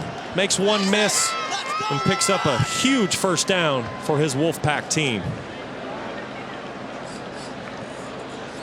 DeMarcus Jones comes in to spell Sumo Kongbe. Jones, a former walk-on. Career-high 7 carries, 39 yards last week in the win against Charleston Southern. And he is driven back for a loss on first down. 2nd down and 12. I'll tell you what, the odds are slim for Texas Tech right now, but long-term, is the future bright in Lubbock? Joey McGuire has brought a different energy to this program. His ability to recruit, they're already making headway in terms of recruiting like they've never recruited before at Texas Tech. He's an old high school football coach in the state of Texas. Well respected.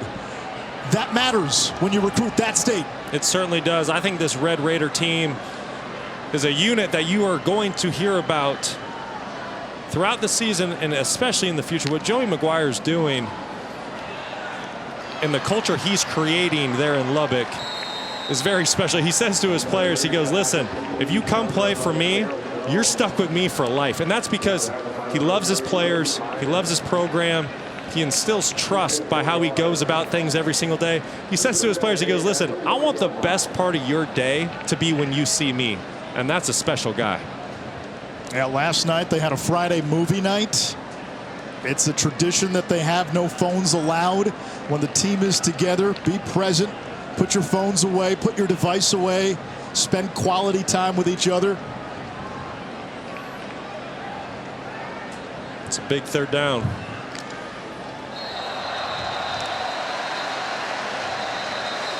Got him with the hard count. Yep. Vidal Scott jumped. Oh, they're starting to point to the NC State offense. I'm going to flip this? There is no foul prior to the snap. NC State calls a timeout. Immediate timeout. Will step aside. 2:51 to go in regulation.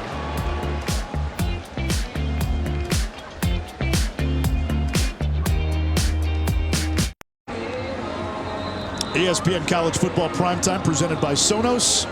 Anish Shroff, Brock Osweiler, Taylor McGregor. 3rd down, 8 to go for NC State from the Red Raider 40-yard line. DeMarcus Jones is in the backfield. Now, Brock, from here, you're looking at 2 plays to potentially seal the game. Yeah, you are. I don't think you put this ball in harm's way. I'm calling back-to-back runs here. Instead, a screen pass, and that goes for negative yardage. And that screen that they were trying to set up is essentially an outside run. Safe, safe play call. Devin's not going to put the ball in harm's way. But now you got to think about it. Do you punt it and pin Texas Tech back, or do you try to pick this up and just seal it?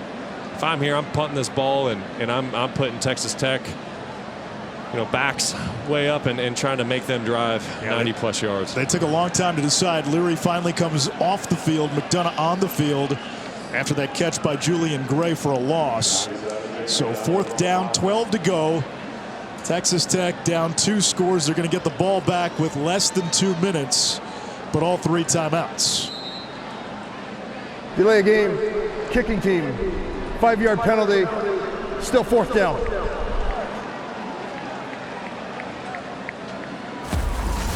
We remind you this season All-State will celebrate every field goal and extra point made by participating universities by making a donation to the university's General Scholarship Fund. Thank you, All-State.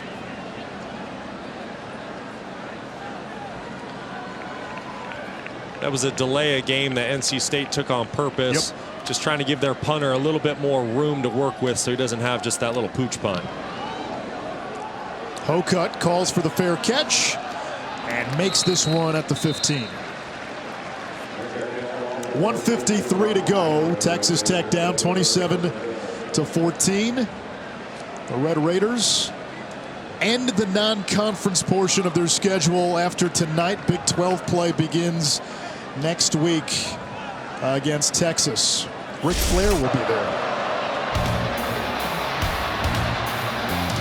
Yeah, Donovan Smith got it going last drive. He really found some quick completions. He was just taking what the NC State defense was giving him in front of that soft zone they were playing. He hit some shallow crossing routes, hit the tailback out of the backfield, and then finished the drive off with his legs and got his team into the end zone. And there's a new quarterback. It's Baron Morton in the game. And he picks up about 7. Morton, a redshirt freshman, the highest rated quarterback signee in school history. 4-star recruit, ESPN 300 prospect. Flips this one to the near sideline, caught by Martinez. And I go back to what Joey McGuire told us yesterday.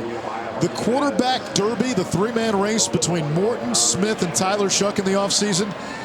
Joey McGuire said, hey, that was as close as I've been a part of. It was an all-out brawl. All 3 played well. Shuck got hurt. Smith has started today, and now Morton comes in to clean up, and he's got a big lane and dives across midfield to the 45 in Wolfpack territory. Yeah, Joey McGuire said he's very confident in all 3 quarterbacks. He said they all competed very well during training camp. You know, but I got to admit, I'm a little confused with what's going on. Joey's saving all 3 of his timeouts. He put in his backup quarterback. He was only down 2 possessions. And it seemed like almost waved the white flag and was okay with NC State running down the clock. Didn't burn any of the timeouts. And now he's throwing in a backup quarterback when the game is still within reach. I'm puzzled. I'm sure we'll get clarification on that after the game.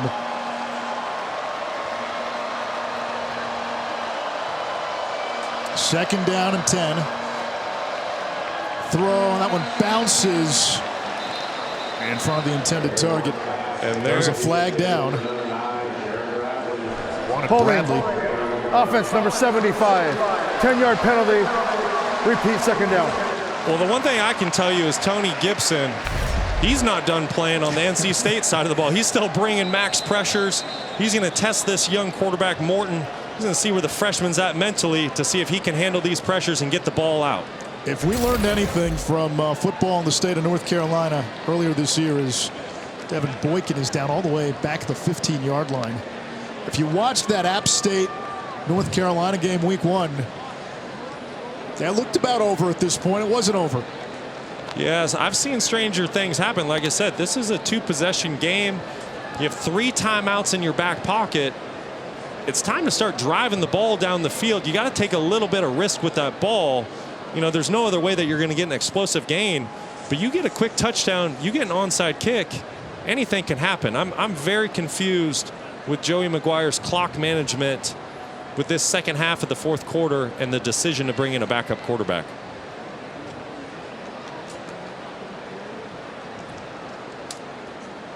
And Baron Morton coming in on this drive after Donovan Smith started.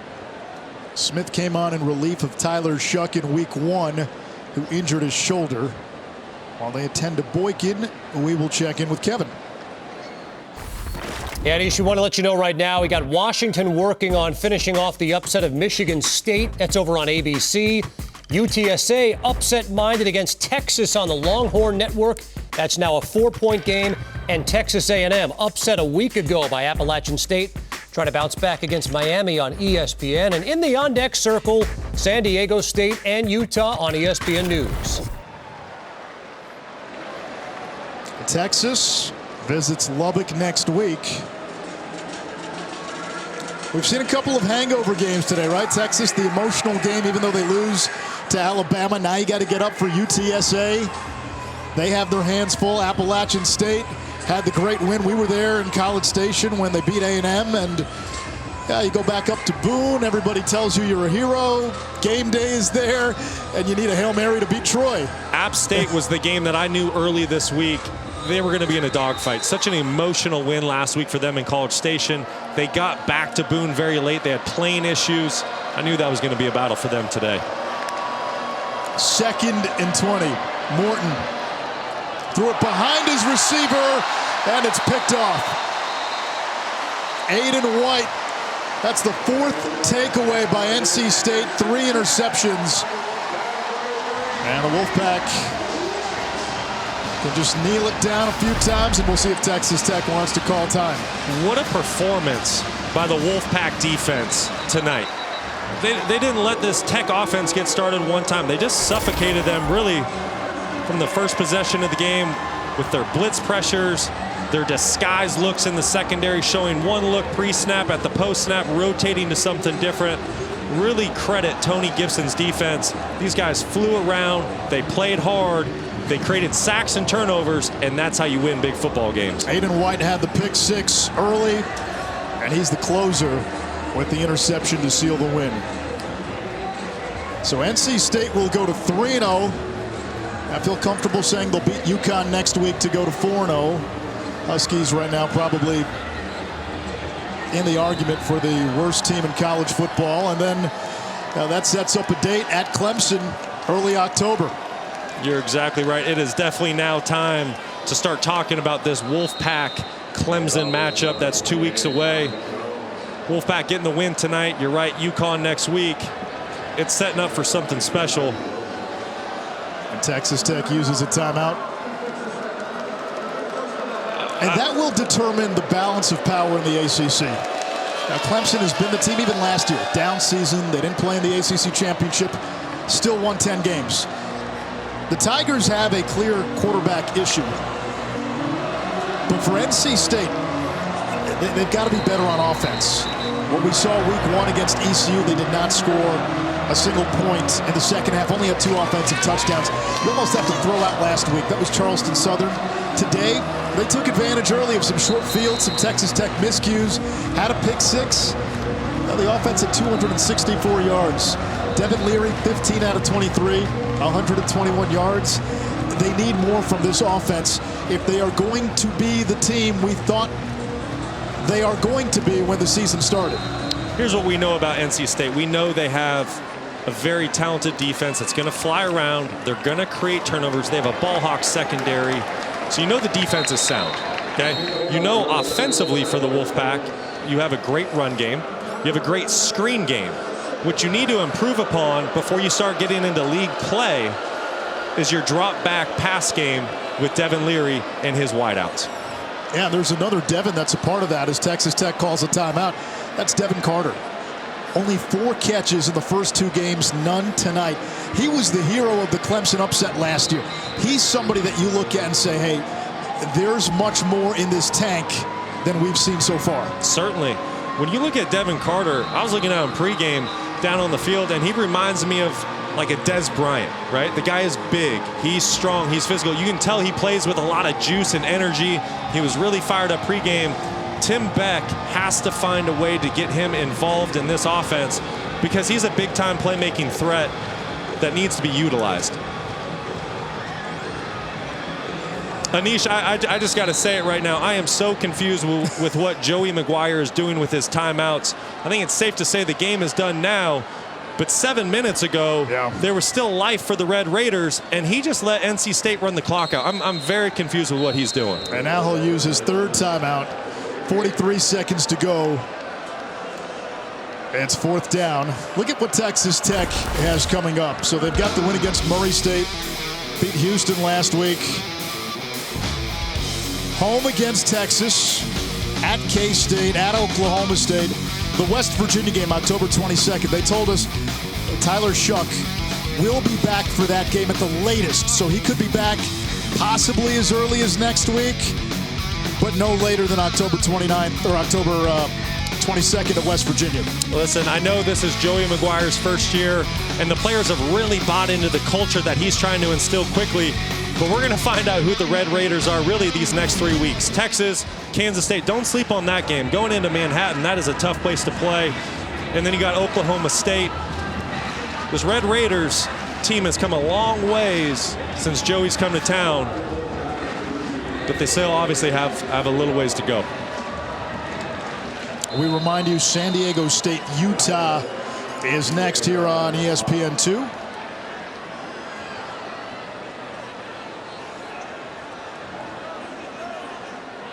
McDonough will punt it away.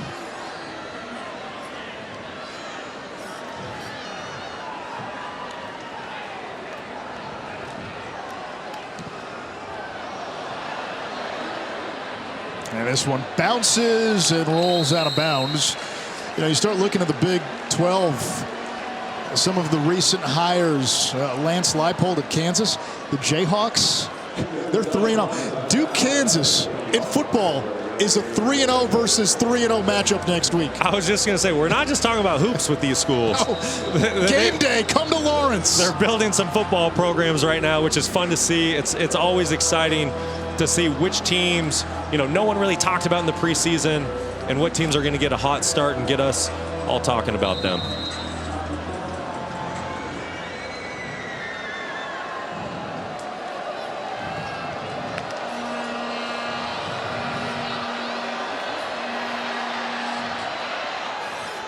Fungi across the 30. B-Button's out of trouble. Out to the 39-yard line. Momentarily stops the clock. 23 seconds to go. And if you're still hanging on, there's a reason. Morton completes. That's Brady Boyd. First catch of the season, Minnesota transfer.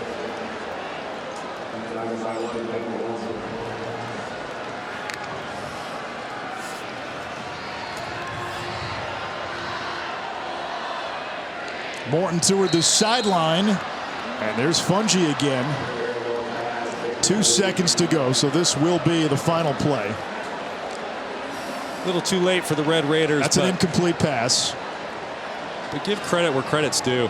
NC State, defensively. Timeout. Calls a timeout. NC State, 30-second timeout.